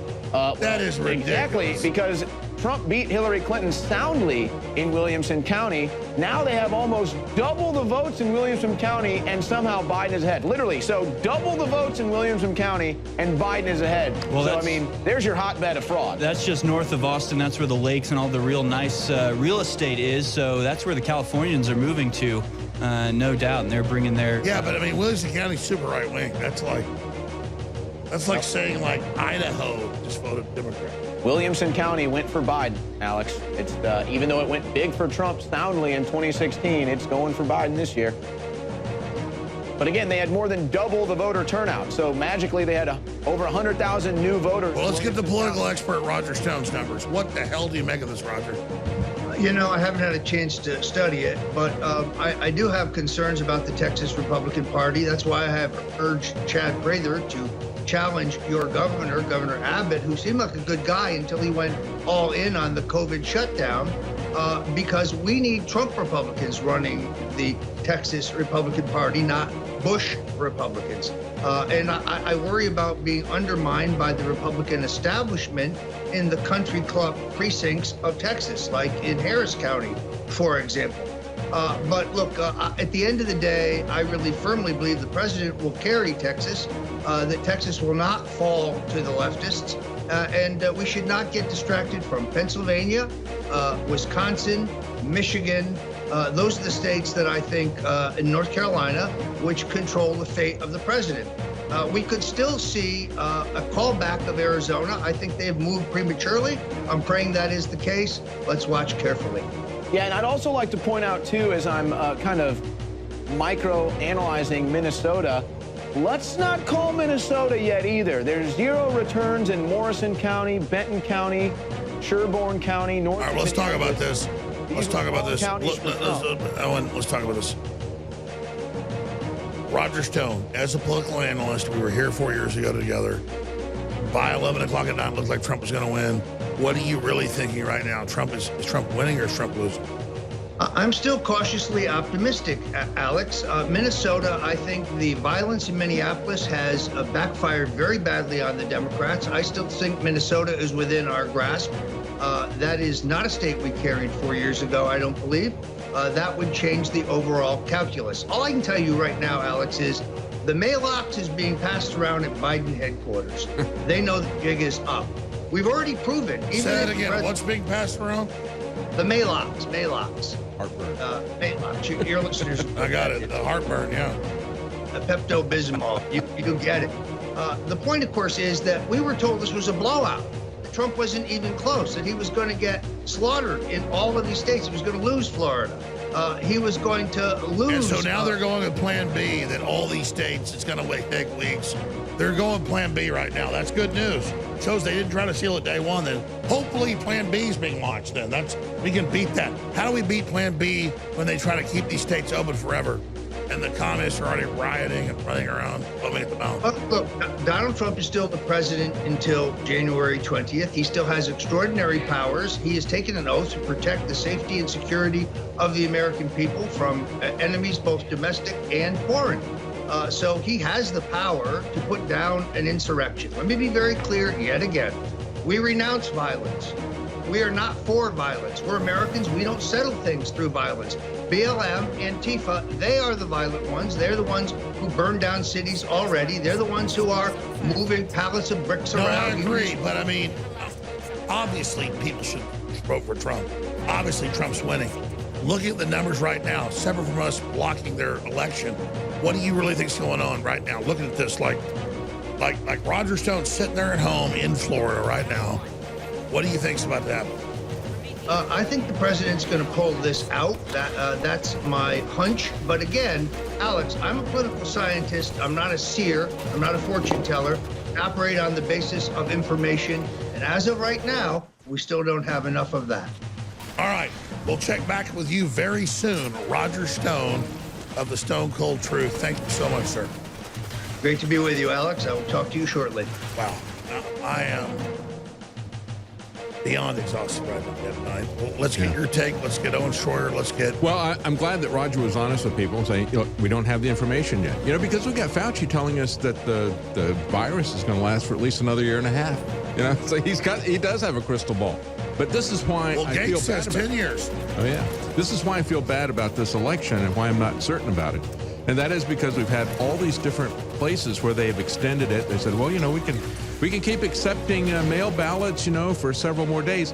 Every scam the Democrats have always used to rig elections, to not have just one election day or even 2 or 3 election days, right? Which is what they do in some countries. They have elections on a Saturday and Sunday to give everybody a chance to vote. You could do something like that, but they want to stretch it out for weeks. I saw this happen in North Carolina. Stretch it out for weeks. You make sure you don't have any identification for voters. And now they've added all the drive-through voting, the instant registration, and the extension of the election. Every trick in the book has been rolled out on this, except for, I don't know how much electronic voting machine tampering is figuring into this. I mean, they've kind of focused on the mail aspect of this time around. But this is why I don't really have any projections as to what's going to happen. I think it is going to be a slow walk on this. Owen Schroyer, I'm super exhausted at this point. I've been up since 5 a.m. But we're here on air. We love you. Owen Schroyer, Harrison Smith, what's happening? I have some updates here just from across the nation. Unlawful assembly has been declared in L.A., so there are protesters gathering in L.A. And, of course, D.C., they're attacking cameramen and members of the press there in D.C. as things have started to heat up. In terms of the race, you've got Oregon becoming the first U.S. state to decriminalize possession of all drugs, including cocaine, heroin, and meth for personal use. So now we'll see, meth encouraged. Hunter Biden just invested in property. Yeah, Hunter Biden moving to Oregon, perhaps. So what's the latest election news? Sure, CNN has called Ohio for Trump, and Fox has called Texas for Trump. According to Tom Elliott, Trump needs Iowa, Wisconsin, and then either Pennsylvania or Michigan. And then it's over, and he's currently leading in all 4 of those places. So Texas has been called by Fox News. CNN has called Ohio, both for Trump. So things are looking good there. And, as far as I can tell, the return numbers have basically stalled out. We're at Florida's at 96%, Texas 88%, Pennsylvania 54%. I've been watching these for about 30 minutes, and they've all stayed at that percentage. So I don't know if they're all just not counting votes anymore, or things are just taking a little bit longer. But everything seems to have sort of slowed down here on this razor's edge. And that's the question I have, Harrison, is that if you've got this open-ended thing where they can keep bringing in mail ballots, how do they, is that the game that they're going to play, to say that we can't call this because we don't know what's in the mail? The election is in the mail. Well, we have Robert Barnes retweets this. Pennsylvania already saying it's going to take longer than anticipated to count their ballots, not on pace to finish by Friday. So they're expecting not to get results from Pennsylvania until at least Friday, at the earliest Friday. And by the way, I wanted Barnes on tonight anyways. Let's get him on. But we knew how this was going. They're going to use these key states to claim the ballots haven't been counted. Now here we are again. Right. I'm super tired. Yeah. They're going to say it's ambiguous. We don't know. I mean, how can you say what percentage of the votes are in? You always see that. What percentage of the votes are in? Well, they don't know because, they've got these ballots out there. We've got new people that are showing up in the country all the time. They're allowed to vote. What is the 100% number? It seems like that's an open-ended thing as well as the ending date. So, Owen, what is the latest numbers? Well, as of right now, I think that, again, we're watching the next returns that we get from North Carolina are going to be very telling. We haven't really had updated numbers in North Carolina for a while. The next numbers we get from North Carolina are going to be very telling as to whether or not we can declare Trump a victor there. It's been a while since we've had updated numbers, but once I'm telling you from watching these things that in these urban areas that are going to go Democrat, they're holding this back. It's like, show me your hand. Okay, how many more things have called up the guy who's got the voting machine in the back of his trunk and let's generate some more ballots. I mean, that's what I have seen out of these urban areas everywhere I've lived. I lived in North Carolina. I think that's what they're going to do. Early returns in Nevada, which are still very early, we'll have to watch Nevada. It's the 6 electoral votes. Could be inconsequential, could be very important. But a path to victory for Trump could be, a combination of a couple different things right now. But it's obviously. But the point is, last year, 4 years ago, we were here. We kind of knew by now what was happening. When did we know Trump was winning 4 years ago? When was it, David? No, it was No, it was early. No, it was about midnight. Yeah, it was earlier than that. But, you didn't have this whole thing about, extending the deadline by 3 days and holding it open for mail ballots that we don't know how many out there that are coming back in. So we knew by like 11:30, right? Yeah, but that's where they've created this dumpster fire, this vote by mail thing has created gives them an opportunity to create chaos and confusion. The name Josh Shapiro is going to be a household name in the next 45 hours. That's the Attorney General of Pennsylvania. He's a criminal. He was engaged in illegal electioneering in Philadelphia.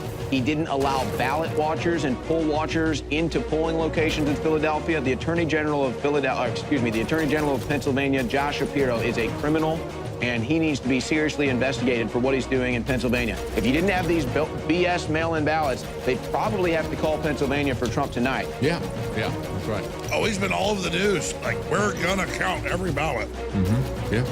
And that's by the way, Emmett Sullivan, the judge in New York, that was going after General Flynn, he makes a declaration because he's the Lord. He says they're sending people to every post office to make sure every mail-in ballot is tabulated and counted. So, look, I think everybody knows the writing on the wall. We're going to have to wait and see some final numbers here, but it's looking like a Trump victory. So they're just going to say, wait, no, you can't declare. So it's everything we predicted. It's pathetic. These people are so predictable in their criminal behavior that we can sit here I agree, Owen. and they do it anyway. Let's walk through the numbers. Oh, my God. Steven Crowder is literally on video right now on the live feed. We're about to go to him right now and get his take on all of this. Louder with Crowder is ready to go to us. We're supposed to have him on 11:30, right? Is he ready right now? Oh, he's ready right now. The thing is, Trump has done so well. I can't tell. It's like distorted audio I get. Is Steven Crowder ready to go on with us? All right, he's almost ready. Go ahead, David. The thing is that Trump has outperformed their predictions so much that he's in striking distance and within fighting distance on this legal warfare, the lawfare that they're going. I agree. Despite all the fraud, that's right, all the insanity, he's like kicking their ass. Yeah, and again, you look at what the crowds were showing us. At one point, I think it was about a week and a half ago, totaled it up about 360,000 people at Trump rallies during this virus scare, and Biden had about 600 at that point in time. Yeah, that's a ridiculous ratio. Can we punch up Steven Crowder? He's dancing in front of the camera right now. brushing his teeth, okay? I mean, I just want to get that on tape. There he is. Let's put his headset on right now. So there have been a couple more states called. Reuters just called Montana for Trump. It looks like Georgia has been called for Trump by a couple media outlets. Trump wins Georgia. Fox has actually called back its Arizona call. You were talking about that. Oh, it was Roger that was talking. Roger saying he helped me call it back. And here's a statement about Arizona. They say it's far too early to call the election in Arizona. Election day votes are not fully reported, and we haven't even started to count. Okay, let's go to Steven Crowder right now, and we'll go back to you guys. Steven Crowder, we appreciate you being with us at 11:12 Central Time, Texas time. Hey, were screw in the you. studio. I appreciate you being with me. Yeah, I'm not on your show. You're on my show. You son of a. Can I say? I don't know. Yours is broadcast on radio No, too, say so I can't. you piece of filth. Okay, you piece of glorious filth. I was just saying, sorry, I had to brush my teeth because, we don't have these commercial breaks here. And I hate the doggy pile that happens with people like you. We usually send to people, hey, promote this on social media. And I realized, sorry, you can't. And so I said, that's wrong. And even though I disagree with you more than a lot of people who used to host you, I just can't get on board with people who don't support you afterwards. So I'm glad to have you on here tonight. And what is the best site, Alex, for people who are tuning into my stream here? That would be Infowars.com or Newswars.com or electionnight.news. But listen, you're here with us. We love you. Your bet, is Trump winning? Is Trump losing? I think Trump's winning. Put it on the line. Yeah, so I did a whole kind of breakdown early on in the show with early voting and with the percentage of the early vote and what kind of a gap there needed to be. Thus far, I've been right about all of it except for Arizona, which seems to me like there was a little bit of an early call. Arizona's a little bit tough because there have been some serious demographic changes. But right now, I think one thing Alex Jones and everybody else sort of gets wrong is what's going on there, Quarter Black Carrot? Okay, what's going on here is Joe Biden needs to run the board. People act like Donald Trump does. Donald Trump, he just needs to win Michigan or Pennsylvania, and then he can win any of the other. He can win Wisconsin and Michigan. He can win Wisconsin and Pennsylvania. Joe Biden, even at this point, let's assume he does win Arizona, he needs to win Michigan and Pennsylvania, the big, or he needs to win Minnesota, Wisconsin, and then Michigan or Pennsylvania. So there are still fewer options for Joe Biden at this point. And I will say this. I don't know, and this could go either way. It doesn't change what I do. What I do, my problem is with the media, right? No one's going to be making a highlight reel out of me because I'm going to light up a nice cigar either way. But I am surprised to see Donald Trump outpunting his coverage from 2016 in Philadelphia and seeing how he's doing better with black men, black women, Latinos, and we haven't had the same kind of demographic shifts in Pennsylvania, Michigan, Wisconsin that we saw in Arizona. It bodes well for him. It's anyone's game, but it does bode well for him. Gun to my head, I still bet that Donald Trump wins. Well, I hope that's the case. Steven Crowder is here with us on election What do you think? No, I mean, I am not the mathematician like you are, but I'm seeing some of the same numbers you're seeing. What do you think is going to happen if Trump wins versus Trump loses? What does Trump need to do if he wins versus if the Democrats win? What's going to happen? So if Donald Trump wins, we're going to see some civil unrest. Elijah Schaefer, I believe, is on the ground in D.C., who we'll be checking in with because he said that they already have. Apparently, pallets of bricks have been appearing, like power-ups in Mario 3 out of nowhere. So I think if Donald Trump actually, if he wins, I think he actually needs to probably move pretty quickly in quelling any civil unrest. And I don't mean quelling any protests, that's fine, but civil unrest that could harm fellow Americans. You mean quelling murder and burning and death? Primarily, yes. Yes, exactly. I have no problem if someone wants to go out with their signs and, shout that someone's a racist or wave a shaman stick over some poppies. That doesn't bother me one bit. But if they start burning down a Walgreens, I think Donald Trump's going to need to stop that pretty quickly. If Joe Biden wins, I think there's still going to be Here's the thing. In Los Angeles and Beverly Hills, right, they're boarding up their shops. And that's obviously not because of Trump supporters. Right, what is so shocking to me, I shouldn't say shocking, but what is very difficult for me to comprehend is that these places, right, they oppose Donald Trump and they're boarding up their stores like Austin. When has anyone ever boarded up a store because they're afraid of, quote unquote, the Proud Boys? No, they know who's rioting and looting, and they know that if Donald Trump wins this in a fair election, that they can expect their own stuff to be burned down. You know, please kill me last. Well, okay. By the way, I guess Steven you're last. Crowder, are you wearing a shoulder holster firearm right now? I am wearing a shoulder holster right now. I'm wearing the same shoulder holster that I wore at Jared Foster's there in Austin. Yeah, it's an old 357 Magnum. That's a 7-shot or 8-shot actually. Just because I wanted to go classic. I wanted to go old Dirty Harry look. I know that you're probably carrying a firearm, but it's probably in the waistband. I said this earlier to Ben Shapiro, the Daily Wire folks. The reason I wear it is my wife likes suspenders, but I'm not Larry King. And I came home one day in this, and she got very handsy. So now I wear it at every. No, I agree. When I come home, like I have like machine gun belts and like hand grenades. My wife gets so excited. Yeah, well, just don't dirty talk and tell her to pull the pin. What is that giant bottle of liquor you've got right there? Well, because I would say it's Wild Fowl 102 because they are not a sponsor, but it's nice. I actually haven't had that much to drink tonight. I was planning on it when Donald Trump won, but I haven't been doing that. Seems to me like you guys might have been doing a little bit of drinking tonight. I think I've had a couple drinks, yeah. I've been drinking. I never know with you, Alex, because sometimes you're like, I'll talk with you. I'm like, yeah, maybe we can go grab it. You're like, no, I'm not drinking anymore. I stopped. My sleep is better. Then you're like, I'm drinking again. So I never know what it's gonna be. I did like 4 months last year. I was drinking less than 30 pounds, but. Let's get serious. Steven Crowder, 2020 election. How epic is this? And it's so nail-biting. Like, is Trump going to win? Like, what are the latest numbers? I want to hear. I just want to be here with Steven Crowder. And we've got Owen Sawyer in the other studio. I mean, what's the latest numbers? What's happening right now? Well, I don't know what's going on. Is there anything that's new that's developed there? Hold on. Reg the Bandit is here with me. I don't think that anything has been called right now in this period of time, but Reg the Bandit, is there something new that I should know about? The AP did call Minnesota for Biden. Okay. But, that's how it was looking anyway. Okay, so Minnesota's gone to Biden. That doesn't really necessarily surprise me. Yeah, and I had Roger Stone on like 20 minutes ago. It's like, I think Arizona's preemptive. They came out and down Arizona's not sure, right? Yeah. Yeah, some places are saying that Arizona is preemptive, but it doesn't seem like anyone is saying that it was called wrong. They were saying that it might have been called a little bit too soon.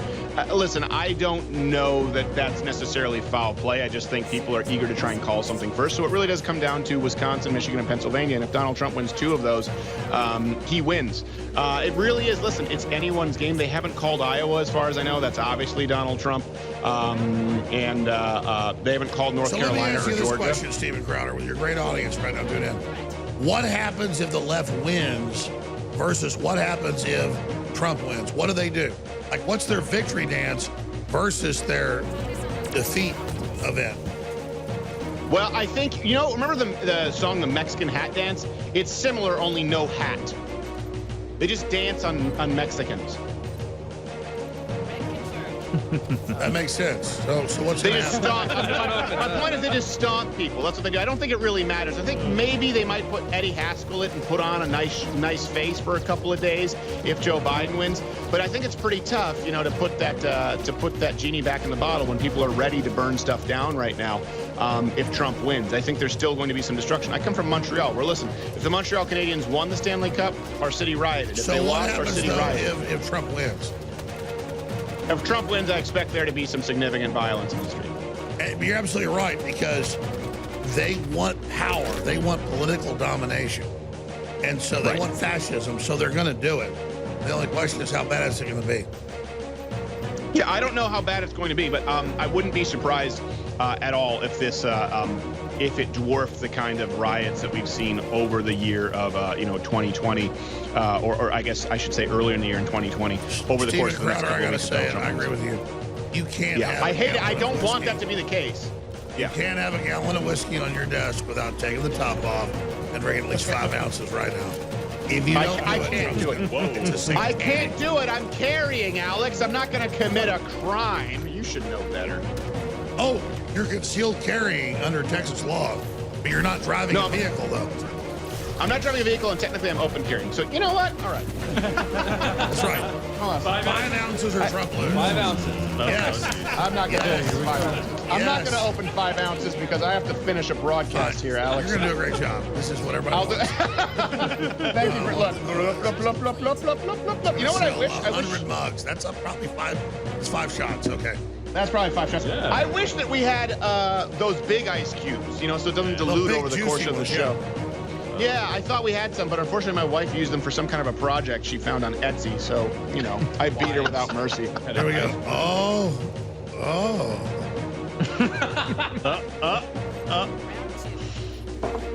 Here you can see there's a little bit in there. Now, keep in mind, Joe Rogan couldn't peer pressure me to drink Gentleman Jack the way you just did for 2 reasons. 1, Gentleman Jack sucks. 2, I understand that you have my best interest at heart. I wanna feel get like drunk Joe with you Rogan right just now. wanted to argue with me I about love you. pot. I love you. I love you. But I think that you just want me to have a good time. The truth is, All right, Steve, we're going to get married. Oh, hey, and by the way, Alex Jones, we do have to get going. Did you read that Bloomberg article, by the way, that came out? No, which one? Okay, because I was worried that you might read, because there was this Bloomberg article came out that was a hit piece where they asked me about you, and I said, like, oh, yeah, I said I had him on. I said I disagree with Alex Jones on a whole lot, but obviously he's an interesting character, and I don't like the doggy pile, and so I feel compelled to have him on. And then in the article, it just said Steven Crowder said he was an interesting character. So if it comes down to it, I've got the full phone call recorded. I actually was quite I nice. disagree with me a lot. I just love your show. I watch you. Here's the thing. I watch you on my TV. I like go to your channel. And we watch it with the kids. So I watch you every day. So I feel like I know you. So I don't care if you attack me. I deserve to be attacked. No, but the point is, Alex, I didn't attack you. This whole piece was I was going on. Maybe Alex needs to know. Misrepresent everything. Yeah. I get it. Yeah, because you are an interesting character. Say and believe it. So. Yeah, you are an interesting character. You know that, but that's not an insult. You are a character, and I don't mean you're playing a character. It's like you're a character. You're a guy. We're You're all a character. characters. So gut level, is Trump going to be president tomorrow morning? There you go. Gut level, yes. I agree. What do you think? Okay, good. He better be. My God, if that walking corpse is the president and people buy into that, I tell you what, Stephen. have you actually tried to watch a full Biden rally? I don't mean 5 or 10 minutes. Full Biden rally? Have you tried? I agree with you. Everybody's like, oh, it's out of context. I've sat there like 5 or 6 times and watched like an hour. It's worse than the clips. It's like, what the hell is this?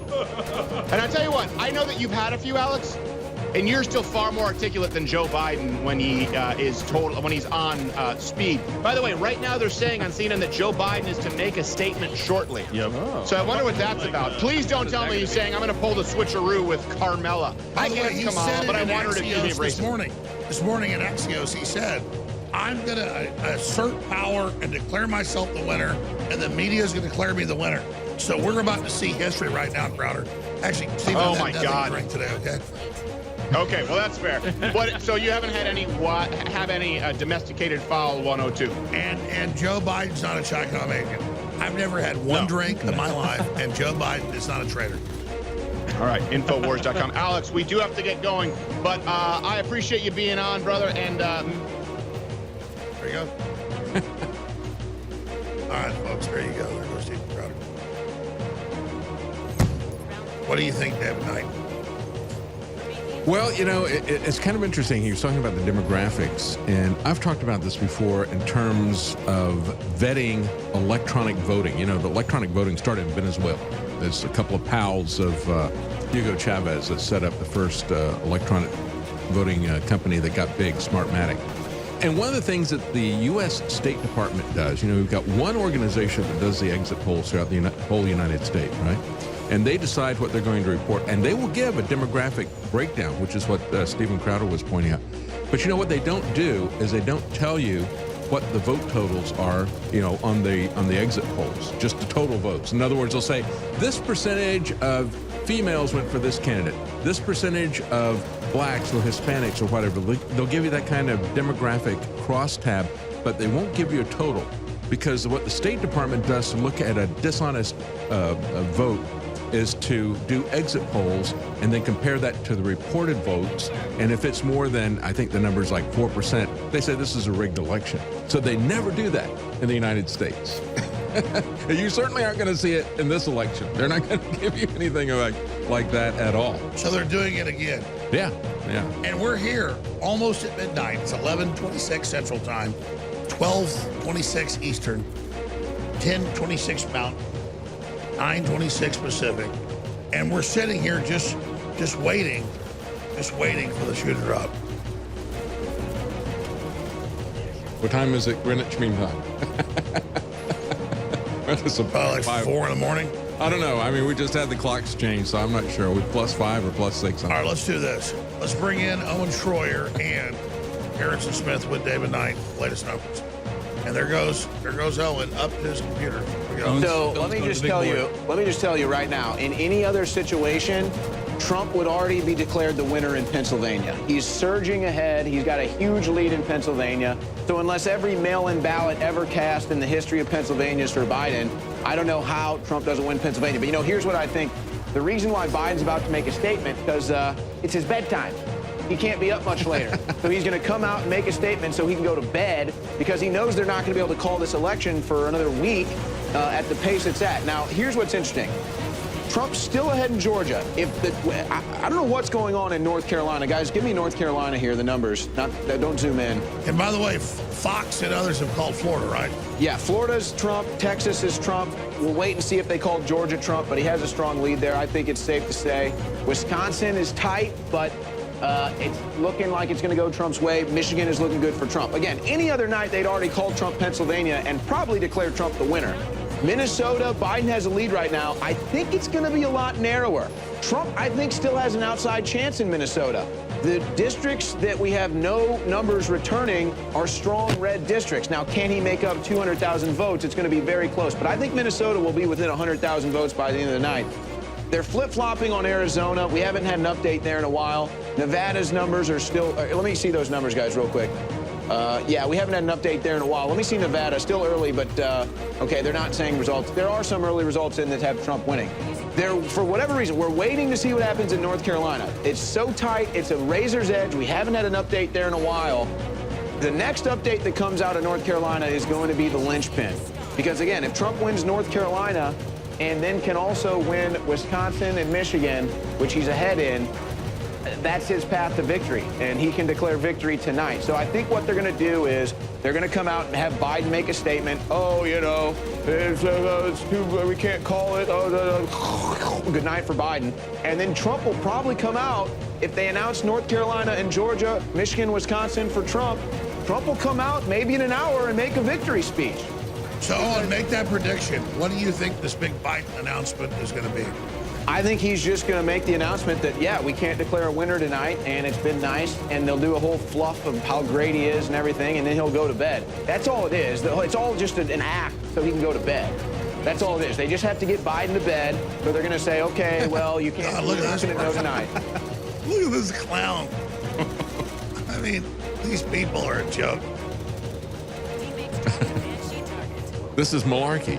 I think that's one thing that that Biden got right.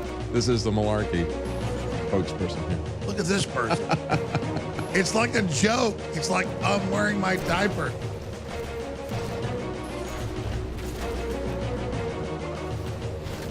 Yeah, it's going to be, I don't know. When we look at this, they can just keep rolling this thing further. And of course, if President Trump... But let's turn him on. Let's hear what the Walrus Man has to say. President Trump comes out, they say... Turn his audio up. Let's hear this.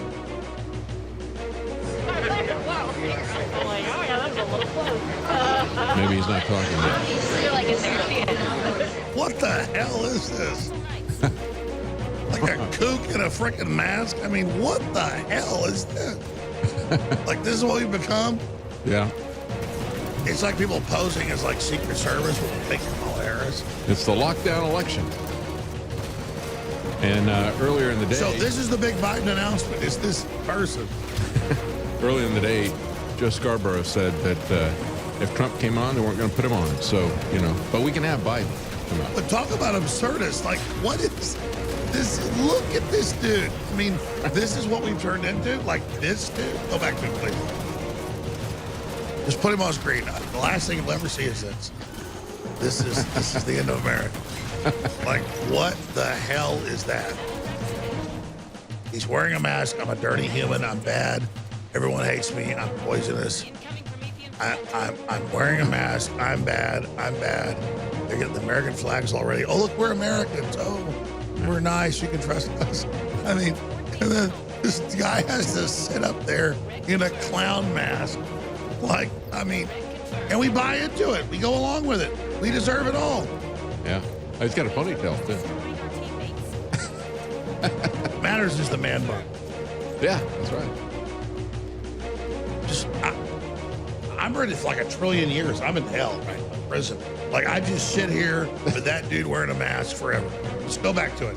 Actually, this is my whole future. Go back to it. And I know that North Carolina. With mumbling. Listen to the audio. This is hell. I love North Carolina. I really didn't mean to run afoul. He's all trying to square up, look like real.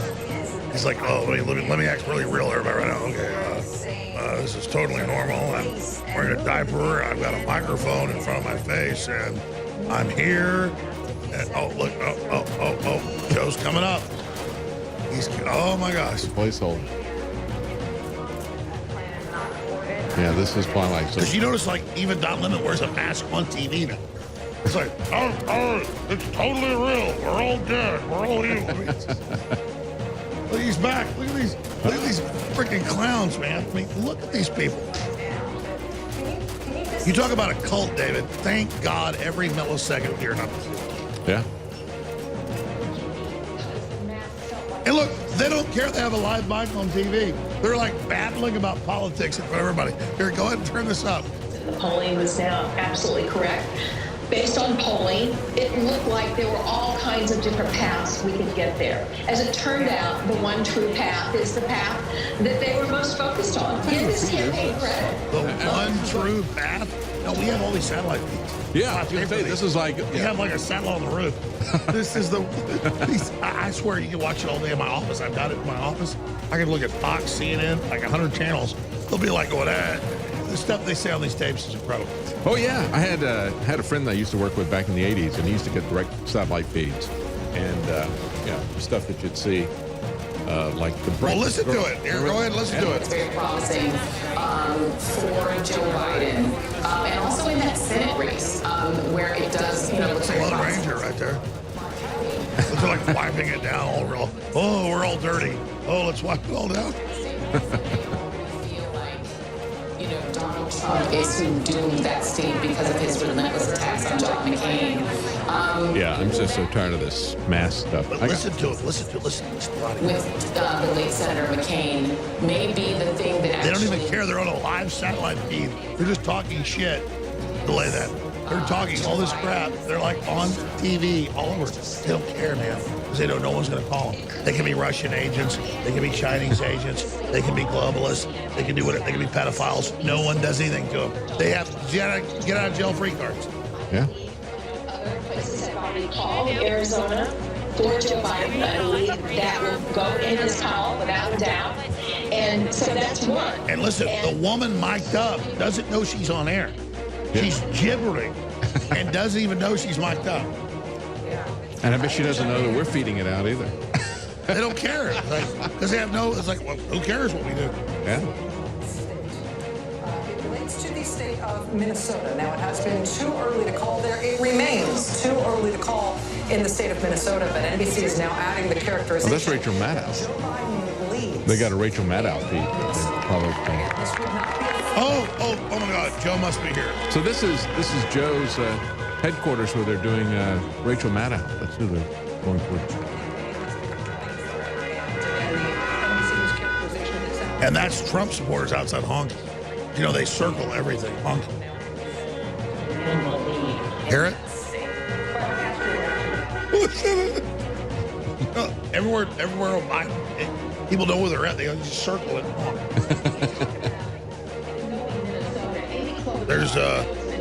There's Mayor Lightfoot just walked by.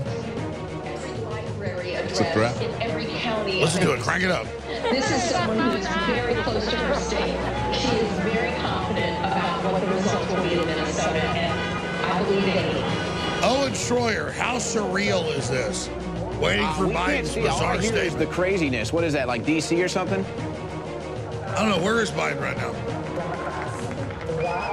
In the basement. He's probably in Delaware? Pennsylvania or Delaware. He can't travel too far.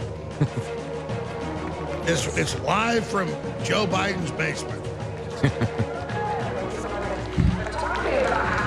Democrats and Republicans might approach that kind of delay differently. I'm watching here. This is like hell on earth. Like we've literally entered hell. So, Owen, we'll go back to this in a minute. What do you make of this?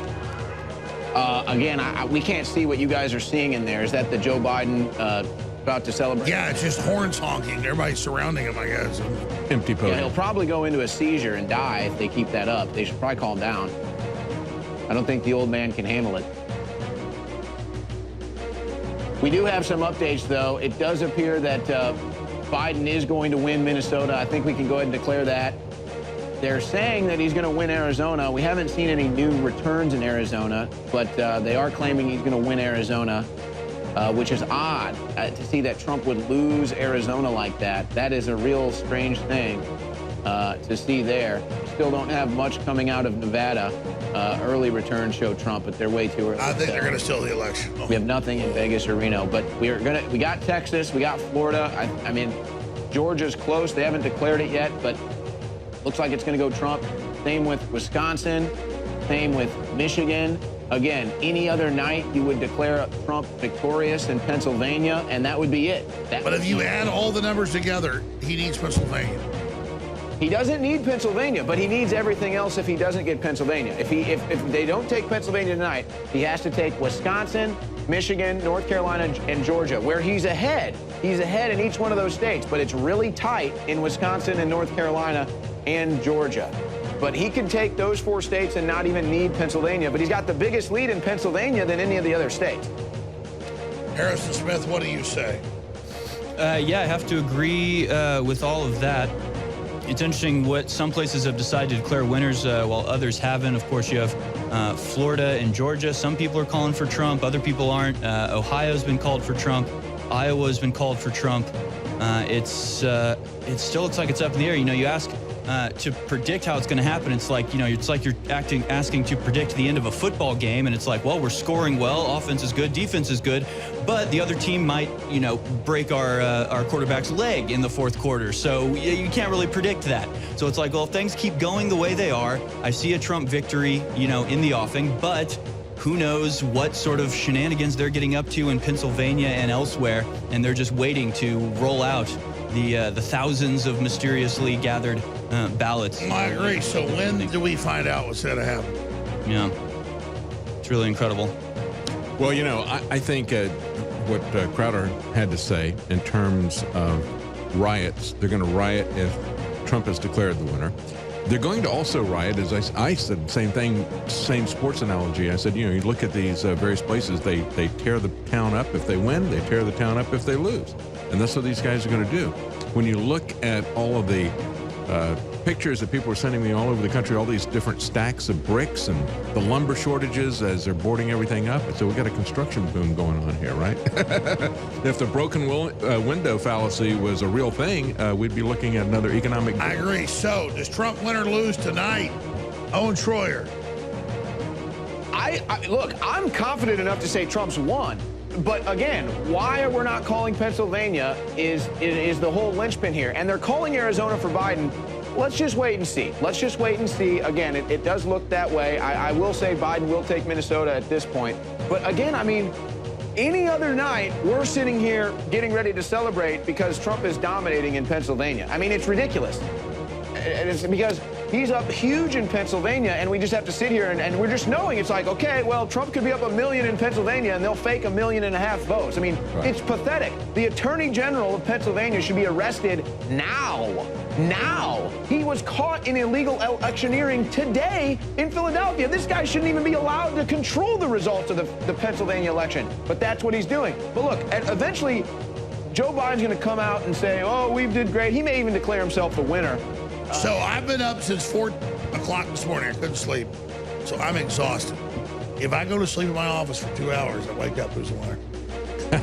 You're not going to know. I don't think you're going to know. In 2 hours, they're going to have to make an announcement in Georgia and North Carolina. There's no way they can just delay it. So what do you think Joe Biden's announcement's going to be? I won and I'm going to bed. Yeah, it's gonna be the John Podesta of 2016. The John Podesta coming out and saying, "Go home, everyone. We'll talk to you tomorrow." I think that's gonna be about it. Here he comes. Oh, here he is. Oh, turn this up. Ready to go. Oh my God, wearing the diaper. Here we go. Turn it up. Oh my God, this is. Oh my God, look at these people. The wife wearing the mask. She has like military epaulets on the mask. Good evening. Patience is commendable. We knew this was going to go long, but who knew we're going to go into maybe tomorrow morning, maybe even longer. But look. Yeah, who knew? We feel good about where we are. We really do. We really do. Can you imagine if they install him? We believe we're on track to win this election. No, you're not. We knew Trump couldn't because say of the that. unprecedented They wouldn't let him. early vote and the mail-in vote. Yeah, he's not allowed to say he thinks he's winning. Yeah. We're going to have to be patient until the hard work of tallying the votes is finished. And it ain't over till every vote is counted. Every ballot is counted. It's all Hillary talk. We put 80 million fake ballots out. They're going to be counted. But we're feeling good. Listen, that's Trump supporters that besiege them honking. We believe one of the nets has suggested. Isn't that crazy, David? Everywhere they go, they're besieged. That's a turnaround. We also just called it from Minnesota, and we're still in the game in Georgia, although that's not one we expected. Honk, honk, honk, honk. And we're feeling real good about Wisconsin and Michigan. Why would that be? You're behind huge. And by the way, it's going to take time to count the votes. We're going to win Pennsylvania. It's going to take that take time, yeah. That folks in Philly, Allegheny County, Scranton, and they're really encouraged by the turnout and what they see. Look, we can know the results. He's definitely had blood transfusions. Look how he's plucked up. But it may take a little longer, as I've said bags all a day in along. him. Trump admitted he got a transfusion, made him feel great. Like he was honest. That's the decision of the American people. But I'm optimistic about this outcome. And I want to thank Listen to the every one horns. of you That's that came great for you. out and voted this election. And by the way, Chris Coons and the Democrats, congratulations here in Delaware. And there's no media coverage. Like, why is everyone honking? Yeah, the whole team, man. Ha! He doesn't even know who he's talking to. His wife has to be on the stage with him telling him what to say. Everyone who participated in this democratic process. And I'm grateful to all my supporters here in Delaware and all across the nation. Thank you, thank you, thank you. And folks, you heard me say it before. Every time I walk out of my grandpa's house up in Scranton, he'd yell, Joey, keep the faith. And my grandma, when she was alive, yelled, no, Joey, spread it. Keep the faith, guys. We're going to win this. Okay, so what's happened is they were going to go plan A, announce he's the winner, and all the rest of it. That failed. Yeah. So they were going to announce that at the meeting. That failed. This is held up. Now they're going to hold up key states. They're about to lose. They're going Plan B right now. Yeah. Plan B, folks. And Trump's not going to be allowed to do what he just did. Yeah, Trump can't come out and talk. He's not. See, you asked earlier, what do we do? What do we tell Trump to do? Well, I think the key thing about all of this, even the lockdown, and again, everybody says it's about the economy, but the lockdown has affected the economy. The lockdown has affected the way this election Yeah, it's is not being the run. virus killing people or killing jobs. It's lockdown. That's right. And the key to the lockdown was the fact that they didn't just run an information war or propaganda war. They did a blitzkrieg war, information war. I made the analogy to the fact that during World War I, they had airplanes, but they really weren't that effective. They're basically reconnaissance and strafing people and occasionally dropping a little Molotov cocktail type of thing. Nobody was expecting what Hitler had with the blitzkrieg because of the advance in the aircraft. We've seen that kind of technological advance. I agree. in The their propaganda is a whole new level. And they've taken it to a whole. That's why they've been able to do the lockdown. Until we realize it, we can defeat it. That's right. But you got to realize you're under attack. And you've got to stop this lock of the corporate media on the public square. And the problem is is that when Trump did his garden party about free speech and stuff, he had there the Heritage Foundation, the Cato Institute, the biggest conservative, the biggest libertarian think tanks that are out there are pushing the idea that we don't want to do anything to step on the toes of these corporations that have stolen. When these the public corporations square. are bigger than government, That's right. They violate our rights and they're out of control. And they're actually being used by the government. The government helped to put them in place with It's a fascist takeover. Exactly. And so they're, the government can have plausible deniability that they don't really want. Sure, to they've created Frankenstein. Exactly. So let's go. Let's go to Owen Schroyer and of course Harrison Smith, guys. I just pray to God I want this to be over because I've been up since I couldn't sleep last night, and I got up at like 4 a.m. I'm exhausted. I'm going to stay up all night when this comes out. What do you make of this? Yeah, I gotta say, the Biden speech. I mean, how pathetic was that? I mean, that's just pathetic. I mean, how can this guy leave? He's like, oh, we're gonna win. We got the. He had to have his wife out there on the thing, and we're gonna do it. Yeah, his wife was out there on the stage whispering like, "Hey Joe," like, "Hey Joe." No, but they were supposed to announce he was the winner and the dictator tonight. It didn't happen. But look, Trump just put out a tweet saying they're trying to steal this election. It's not going to happen. He's just made another tweet saying, I will be making a statement tonight, a big win. So look, I mean, again, because we're just sitting here dealing with the Democrats raping us politically. We just have to sit here and take them raping us. Trump's won this election, folks. Okay, he's going to win Wisconsin. He's going to win Michigan. He's going to win Pennsylvania. He's already head in Georgia and North Carolina. That's all he needs, and it's already, he doesn't need anything else. But they're just acting like, oh no, we're going to count votes in Georgia forever. We're going to count votes in Pennsylvania and Michigan forever. So no, Trump can never win. I mean, it's just sick. Trump better come out tonight and say, you know what? We're going to go ahead and just arrest Joe Biden. I mean, seriously, you want to get this guy out of the way? We know of all the crimes. We know of all the payouts. This is sick. It's sick. By the way, I'm not disagreeing with you. Have to sit I'm here not disagreeing and with have you, Joe Biden lecture us on an election that he's stealing as he's stolen millions of dollars from us. It's sick that we have to deal and with I it. agree with you. Let me make this point. I agree. Biden looked like a dead animal. He looked pathetic and just trying to prop up his people a little bit longer. You know what's interesting about that tweet is not that President Trump said we got a big win, but that Twitter would let him say that because, they were saying earlier that they weren't going to allow that to happen. Maybe Twitter is starting to think that Trump is going to win if they allow him to put out something like that and not take it down. I agree. We've been fighting so long, David. Don't you just want this to be over? Yeah. Oh, yeah. I mean, it's going to be over, but it's not going to be over. How long, David Knight? How long, Owen Schroyer? How long, Harrison Smith, is this go on? I don't know. And honestly, I've not been really that nervous throughout the whole night. I've been pretty sure Trump's going to win. That speech from Biden was kind of like, okay, why would they say this if he's just going to be humiliated in the morning? What does he know? What do they know that we don't? And that speech actually made me a little nervous because, as you're pointing out, with the censorship coming down the pipe or already in place, and maybe, they're going to let Donald Trump say this now, but tomorrow morning it might be a different story. Right now, Trump is ahead in Wisconsin, Michigan, and Pennsylvania. Who knows if in a couple hours, suddenly, magically, hundreds of thousands, millions of votes pour in. It can be blatant fraud, but we're not going to be able to say it or we're all going to be kicked off of Twitter. We're not going to be able to complain about it or post proof of it or post articles breaking it down because anybody that does will be immediately eliminated by big tech. So I'm very concerned now, especially with Donald Trump saying they're trying to steal the election with steal in all caps. Yeah, the president is telling us this is happening. This is an unbelievable moment. This is unbelievable.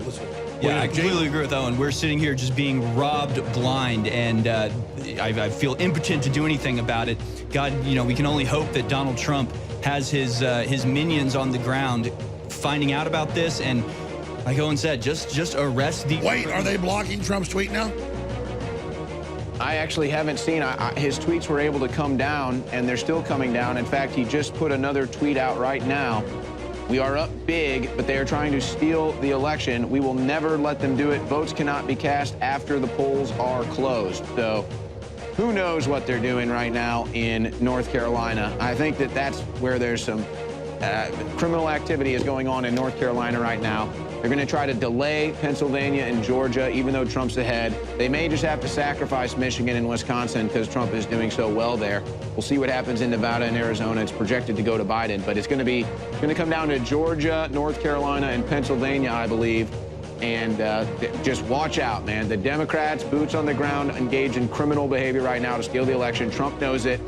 It's just a joke. You asked Alex, when is this going to be in? And when is it going to be over? It's going to be over when the criminals are put in jail. That's when this is going to be over. And until somebody has the balls to do it, we're going to have to deal with this crap. Well, that's right, because they never give up. They never give up. And they never will. James Carville. For God's sakes, Joe Biden is a cold-hearted criminal. I mean, everybody knows it, and he's just taking a big fat dump on us tonight. James Carville said, we're going to know by 10 o'clock tomorrow night. And I think he said that at a point where they thought they were going to do a lot better than they did tonight. I think that because 10 tonight or 10 tomorrow? 10 tomorrow night. Yeah, 10, not tonight, but tomorrow night. And so I think that they didn't do anywhere nearly as well as they thought that they would do. So I think what's going to happen is I think you're going to see them harvesting ballots for the next 2 or 3 days. And then it's going to be a legal fight, like President Trump is talking about. Are they allowed to continue to vote after the polls have closed? So there's going to be a lot of fighting about the extension of the deadline. That's where the legal warfare is going to be. They're going to try to distinguish when these ballots came in and so forth. But they're going to be adding on to this for a couple more days. And so that's why we can't really say what's going to happen with this, because we've now, and again, it goes back to the lockdown. The lockdown trashed the economy, trashed 100,000 small businesses, and trashed this election. And, so now we have, chaos and a dumpster fire, and it's going to go for several more days. Wow. I mean, just think about the Project Veritas revelations in Minneapolis, in San Antonio. Just the sheer overwhelming amount of fraud that has been caught on tape. Have any of those people been arrested? Have any of them been punished? I mean, Ilhan Omar, it was a landslide today. She won, 98% or whatever it was. It's absurd. This is blatant fraud. This is blatant electioneering. It's a total validation of the criminal takeover. And nothing is being done. Absolutely nothing. So maybe it comes out that it looks like Joe Biden, won within a week or so, and Donald Trump has just a few months to literally arrest all these people, and maybe we can try the election again. I don't know how this works, but what we're seeing now is 100% the result of blatant fraud. We've seen it on tape. We've seen it on camera. We've seen the reports from Patrick Howley at National File and so many others. And as far as I can tell, we're the only ones reporting this. The alternative media is the only. That's why they want us off air, because we're here covering it. We're so thankful to listeners spreading the word right now. They hedged their bets earlier. They were talking about, well, here's what you should watch. You might see a big red wave, because that's not going to include the ballots that are in the mail. So the media has already put remember there's a whole Bloomberg group. Yeah, they already put in their excuse or alibi for, you thought that Trump won, but that's because we haven't counted all the votes that are in the mail. And that really is their plan at this point. I mean, I do think this thing's going to go on for, 3 days. So how is it going for them? Well, not as well as they thought it would. I mean, their best I agree with you. So when you quantify that, how is it, smart guy, how is it not going the way they wanted? I agree. It's not going the way they wanted. That's right. I think, like I said, with Carville, he thought they were going to have it by 10 o'clock tomorrow night. But I think it's going to go longer. But by the way, Twitter has now censored, they haven't deleted it, but they have censored Donald Trump's tweets now. You can't retweet them if you click them. And that's why we're on air, folks. That's why you're spreading the links to the live show. Yeah. We knew it was coming. Big tech censors our president, saying they're trying to steal stuff. Unbelievable criminal activity in the middle of a goddamn election. Years ago, Alex, we had a federal judge say that Donald Trump could not, this is not the POTUS account. He couldn't block people attacking him on his own Twitter. That's right. It's a public forum. But when Twitter blocks him for saying they're running a scam, he can't do it. That's right. The fix is in, folks, but they can't stop you from sharing this live link. And I'm not just about us. I don't give a damn about me, folks. I want to win this war, okay? You've got to share these links now to say, hey, they're stealing the election. They're taking the country over. Here's the feed. This could change the future. Yep. Right. Well, Alex, you said something earlier today that, I'll tell you what. If they get away with this deal, we're going next level. I mean, at this point, to quote Andrew Breitbart, war. You've taken away our First Amendment. You have shut down our economy, and now you're stealing our election? War. Well, I mean, we knew it was coming. So when you put this tweet up, I said, or somebody said, that they're going to censor that. They did. Yeah. I've been saying it all week. The most interesting thing about it, they didn't it. censor it yet. They literally said during the tech hearings, what was that, last Tuesday, they all said, I will censor, Dorsey, Zuckerberg, Pichai, all said, we will censor the president on election night. This whole thing has been planned. This is a joke. I have to say, I disagree with with earlier analysis saying Trump's biggest mistake was not doing something about censorship. No, Trump's biggest mistake was Chris Wray. Trump's biggest mistake was Barr. Trump's biggest mistake was lining his pockets with the deep state. This should have never happened. Joe Biden shouldn't even be on a ticket. But because Barr and Wray stood down, we're going to have to deal with this now.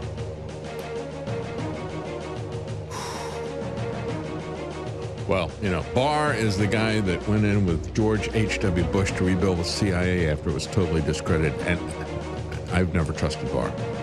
And you take a look at what he hasn't done. He's a deep state operative, in my opinion. I mean, he's one of the guys that's still going after Assange, right? It's the Justice Department. That's Trump's biggest failure. Yeah. Same with Pompeo. Yeah. Yeah. Yeah. Okay. Pompeo even came out and said, you know, when Trump said, well, we're going to pull troops, like, yeah, generals come out and say, no, we're not going to do that. Yeah, Pompeo come out. Yeah, he says that kind of stuff, but then we tell him what the facts are. Maybe we show him the Zapruder film, and then he changes his mind. You know? Yeah. I mean, that was Pompeo said that as well. No, it's disgusting. Any other, and it's all because of a fake pandemic. Any other time, Trump would already be declared the victor tonight. He's won Pennsylvania. He's won Georgia. I just can't believe there's no closure to this. I'm so exhausted. I'm not lying to the listeners. I'm exhausted. Let's play clip 1. The days of hell are upon us. And clip 2. Elite need protection from the riots they created. Let's play those clips. I'm going to get a glass of water. We're going to come back here. Yeah, I heard double talk about it. Yeah. No, By the way, Trump just went up again in Virginia. Trump just went up again in Virginia. Oh my gosh. Trump over Biden in Virginia? They're still giving it to Biden. Trump is now, the numbers I have, Trump is now ahead of Biden in Virginia. Yeah, by 12,000 votes. You know, the interesting thing about that was that I saw when I went back to the hotel, by the way, they kicked me out of 2 hotels because I wouldn't wear a mask. I'm just at it with this lockdown. Just to come to town tonight. Yeah, exactly.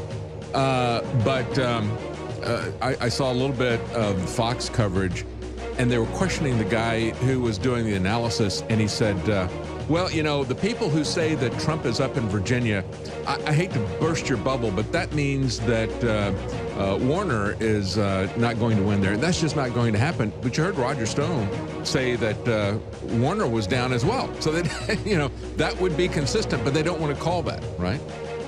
They just keep it going. That's right. I couldn't hear you guys were talking over each other in the microphone.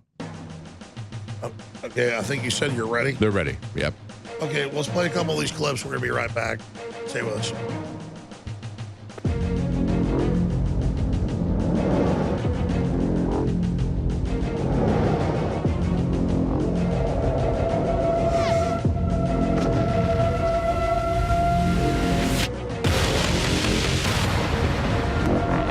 I would say that globalization is inevitable unless someone really moves in to stop it. We have all agreed to pursue the Sustainable Development Goals to 2030. The fourth industrial revolution, particularly digital technology, has fundamentally changed the global economic landscape. Globalization is an inevitable and irreversible trend. 是全球化这个势头是不可能，而且全球化的规则也在不断的完善。 We should not avoid challenges brought by the economic globalization.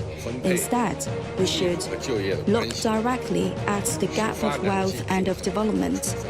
Well, the foundation can't achieve ambitious goals in global health without deep partnerships with the rich countries that provide mostly aid. Everything that is broken today can be fixed And every failure can be turned into a truly great success. We must replace the present policy of globalism, which has just taken so many jobs out of our communities and so much wealth out of our country, and replace it with a new policy of Americanism.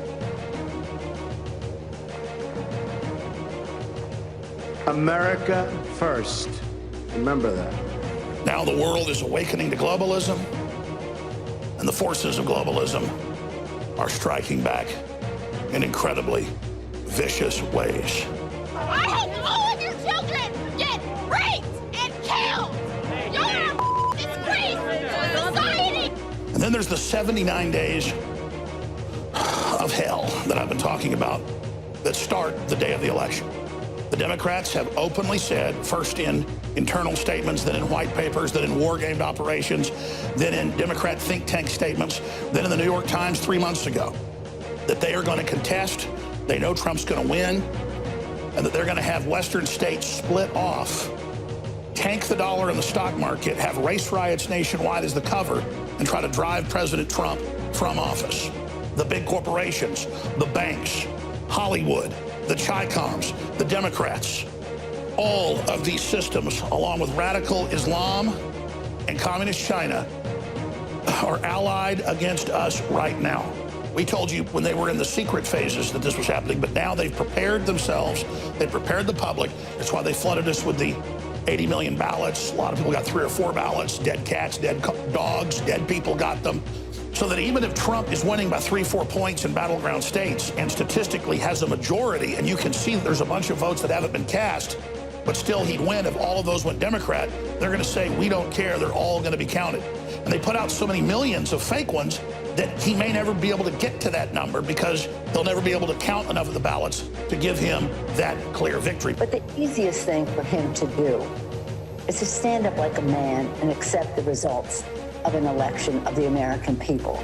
For him to make these kinds of statements shows his lack of patriotism. I feel very confident that Joe Biden will be elected president on Tuesday, whatever the end count is, but on the election that occurs on Tuesday, he will be elected. On January 20th, he will be inaugurated president of the United States. Now notice, that's not a slip. That's what she's been saying for months, that it doesn't matter what the election says, we're not going to accept it, and then we're going to have states secede, and then we will seat him geographically from another location, and that geography doesn't matter, the White House doesn't matter, it matters who they say the president is.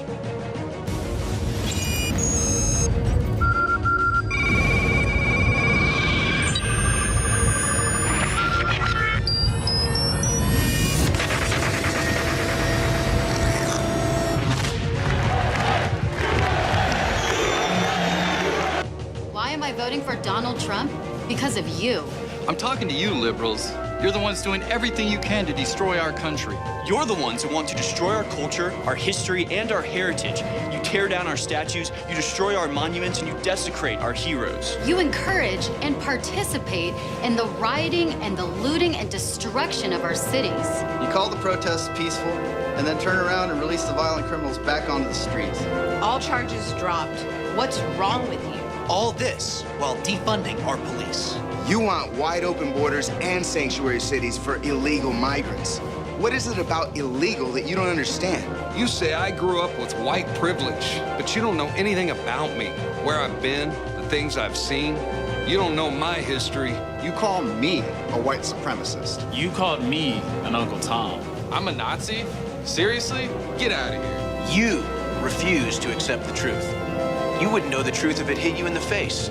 But it's worse than that. You censor the truth from getting out. You ridicule the people that speak the truth.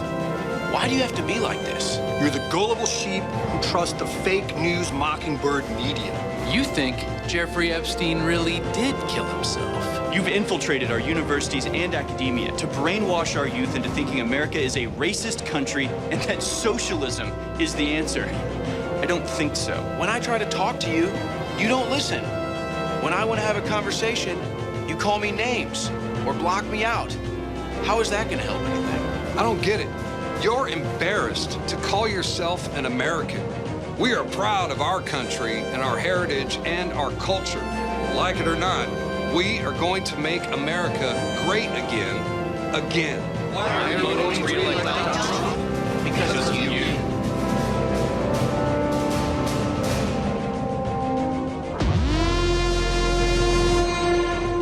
Make America great again. Make America great again. I'm going to add another again. This way I can sell you all an extra hat. It all goes to the campaign. Cognitive dissonance is a major issue amongst the left. It can be very stressful dealing with facts you refuse to accept. If you have a family member suffering from this degenerative mental condition, buy them a bottle of Ultimate Fish Oil from InfoWarsStore.com. Studies have suggested that fish oils and fish oil supplementation can slightly lower blood pressure, decrease triglyceride levels, decrease the growth rate of plaque, and provide a soothing reduction in inflammatory responses in joints and the digestive system. Recent studies have suggested that high EPA and DHA fish oil can stimulate immune function by increasing the concentration and activity of immune cells. Get your Ultimate Fish Oil today. The only way our information gets out is when you spread it and when you support it by funding our operations, which are your operations, at InfoWarsStore.com.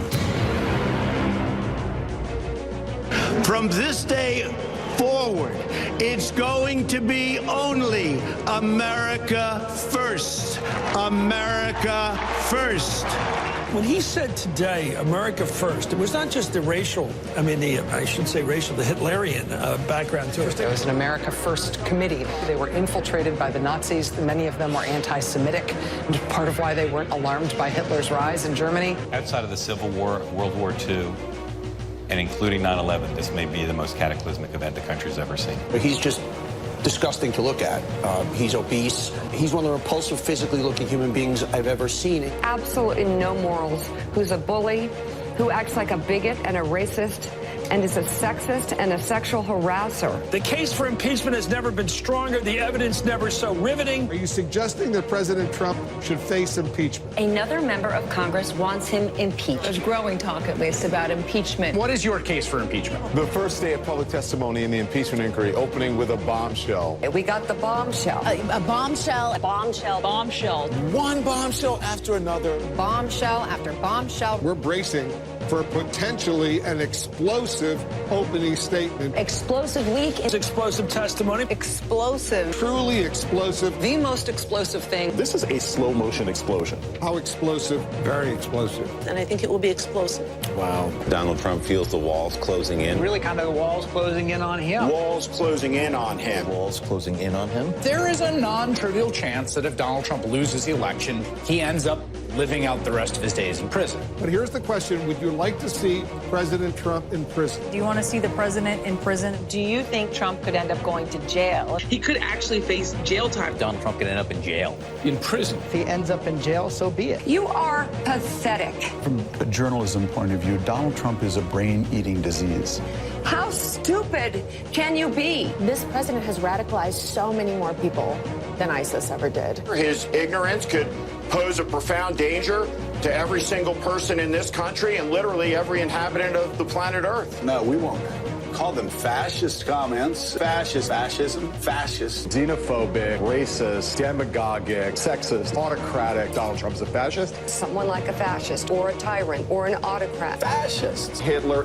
Adolf Hitler. Well, Hitler. He could well be just an empty man, an empty human being with no soul. Donald Trump blows Vladimir Putin like they are illegal immigrants hiding in Putin's and he's got to suck them all out.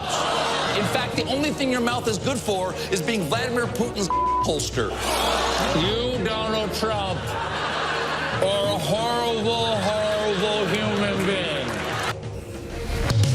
I said, sir, excuse me, sir, you've just tested positive. I said, tested positive for what? And is that a socialist or progressive perspective? True international effort to pressure, isolate, and punish China. Nobody thinks it makes any sense. Nobody. Well, I'm sick and tired of smart guys. Trump versus Biden 2020. ElectionNight.news.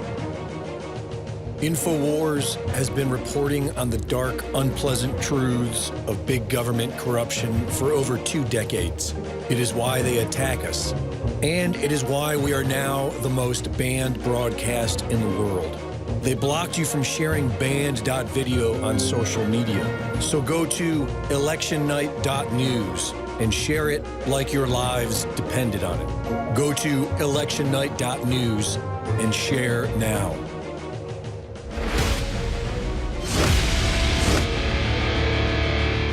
Well, the big day is here, November 3rd, 2020.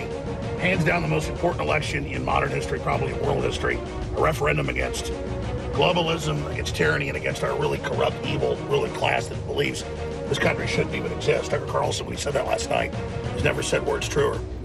So I'm driving over here to a local spot, one of these smaller polling places, to vote. If I won't wear a mask, the state law says I've got to drive around the back here, all part of this COVID theater, trying to keep folks from voting. And I'm going to vote straight Republican ticket, except now they don't have that on the computers. They've changed it where you've got to go right down the line and vote on each person.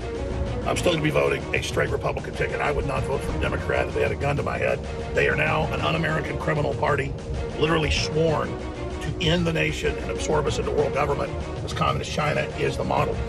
Now, Joe Biden came out today and said what we thought he was going to do. He's going to declare himself the winner and have the media declare him the winner tonight. This is going to be very, very serious. If Trump contests it anyway, they're calling him a dictator. So this country's in great peril, and I normally can handle stress. I'm literally having an anxiety attack today over this. This is the country completely and totally and absolutely on the line. Hi, how you doing? Good, good, good. We're not doing the COVID theater deals. We like to vote out here. Perfect. Yes, thank you. I never believed it'd be this much in jeopardy. We launched our campaign over on the Oval back in May 9, 2019. But you know what I said then, we've been through a lot since then.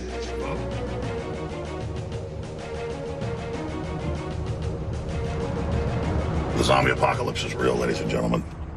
Seriously, I'm joking around about a lot of this. This is deadly serious. Our country's been put into a form of soft martial law.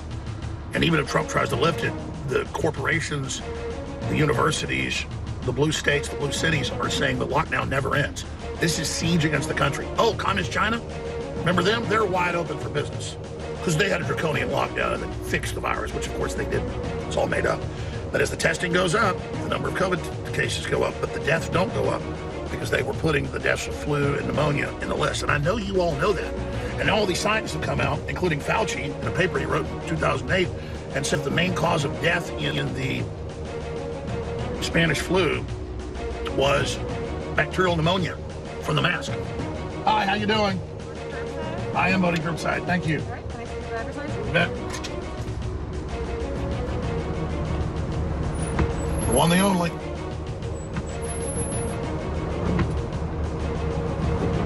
Are you still on? Yes, I am.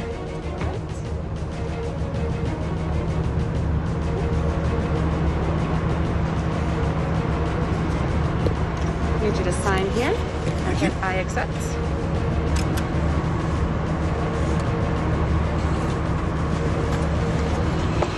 All right. Thank you. I'm glad folks bucked the system because they were making you wear a mask and go inside. But because people bucked it, now they do this outside. And notice we have to sign for this. We have to do this because Texas is trying to block the fraud that in at least 16 Democrat states, they just give driver's license to illegal aliens. Lines of them around the block, as you saw in New York earlier this year, and then they're allowed to go vote.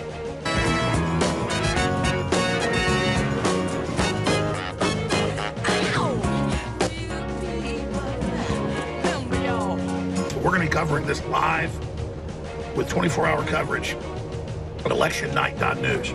That's the new URL because they blocked banned.video on all the big platforms, starting with Twitter. Then they blocked 2020electioncenter.com we've had the last few months, but not before you spread it, and we were getting an extra 5-10 million views a day spreading the word because of you.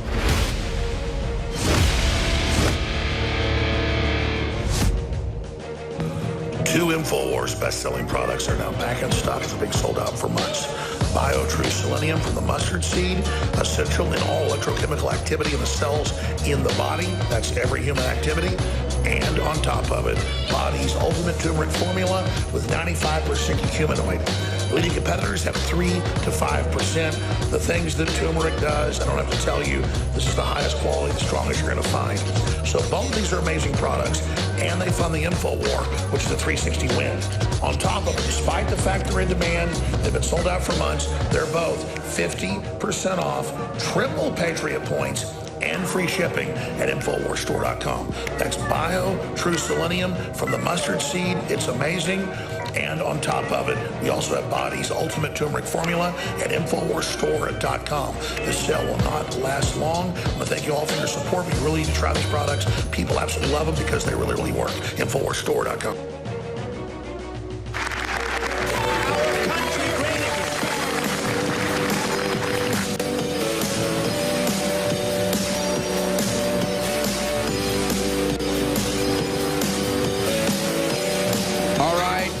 Ladies and gentlemen, it is now past midnight Central Time here in the InfoWars World Headquarters in Austin, Texas. Owen Schroyer, Harrison Smith. We're going to be carrying the weight, well, as long as it takes, I suppose. Carrying the weight, is that W-E-I-G-H-T or W-A-I-T? Because we're doing both here. It's double entendre unintentionally. Bringing on the puns. Well, it's officially November 4th, and we have no results. We have no firm winner of the presidential election. I'm not getting less hopeful. I am getting more angry, though, because that's like earlier when I was quoting Breitbart. It's like, yeah, it's not even, you watch the Young Turks meltdown from 2016. It goes from like, we got this in the bag, to like, oh my God, Trump won. It's like, I feel like I'm going through that, but not because Trump's going to lose. I still think he's going to win, and especially if the legitimate votes are counted and the fraud isn't permitted to go, I still think for sure Trump is going to win and deserves to win. But it's like, just everything else that's coming through is so infuriating. Here's from Twitter Safety.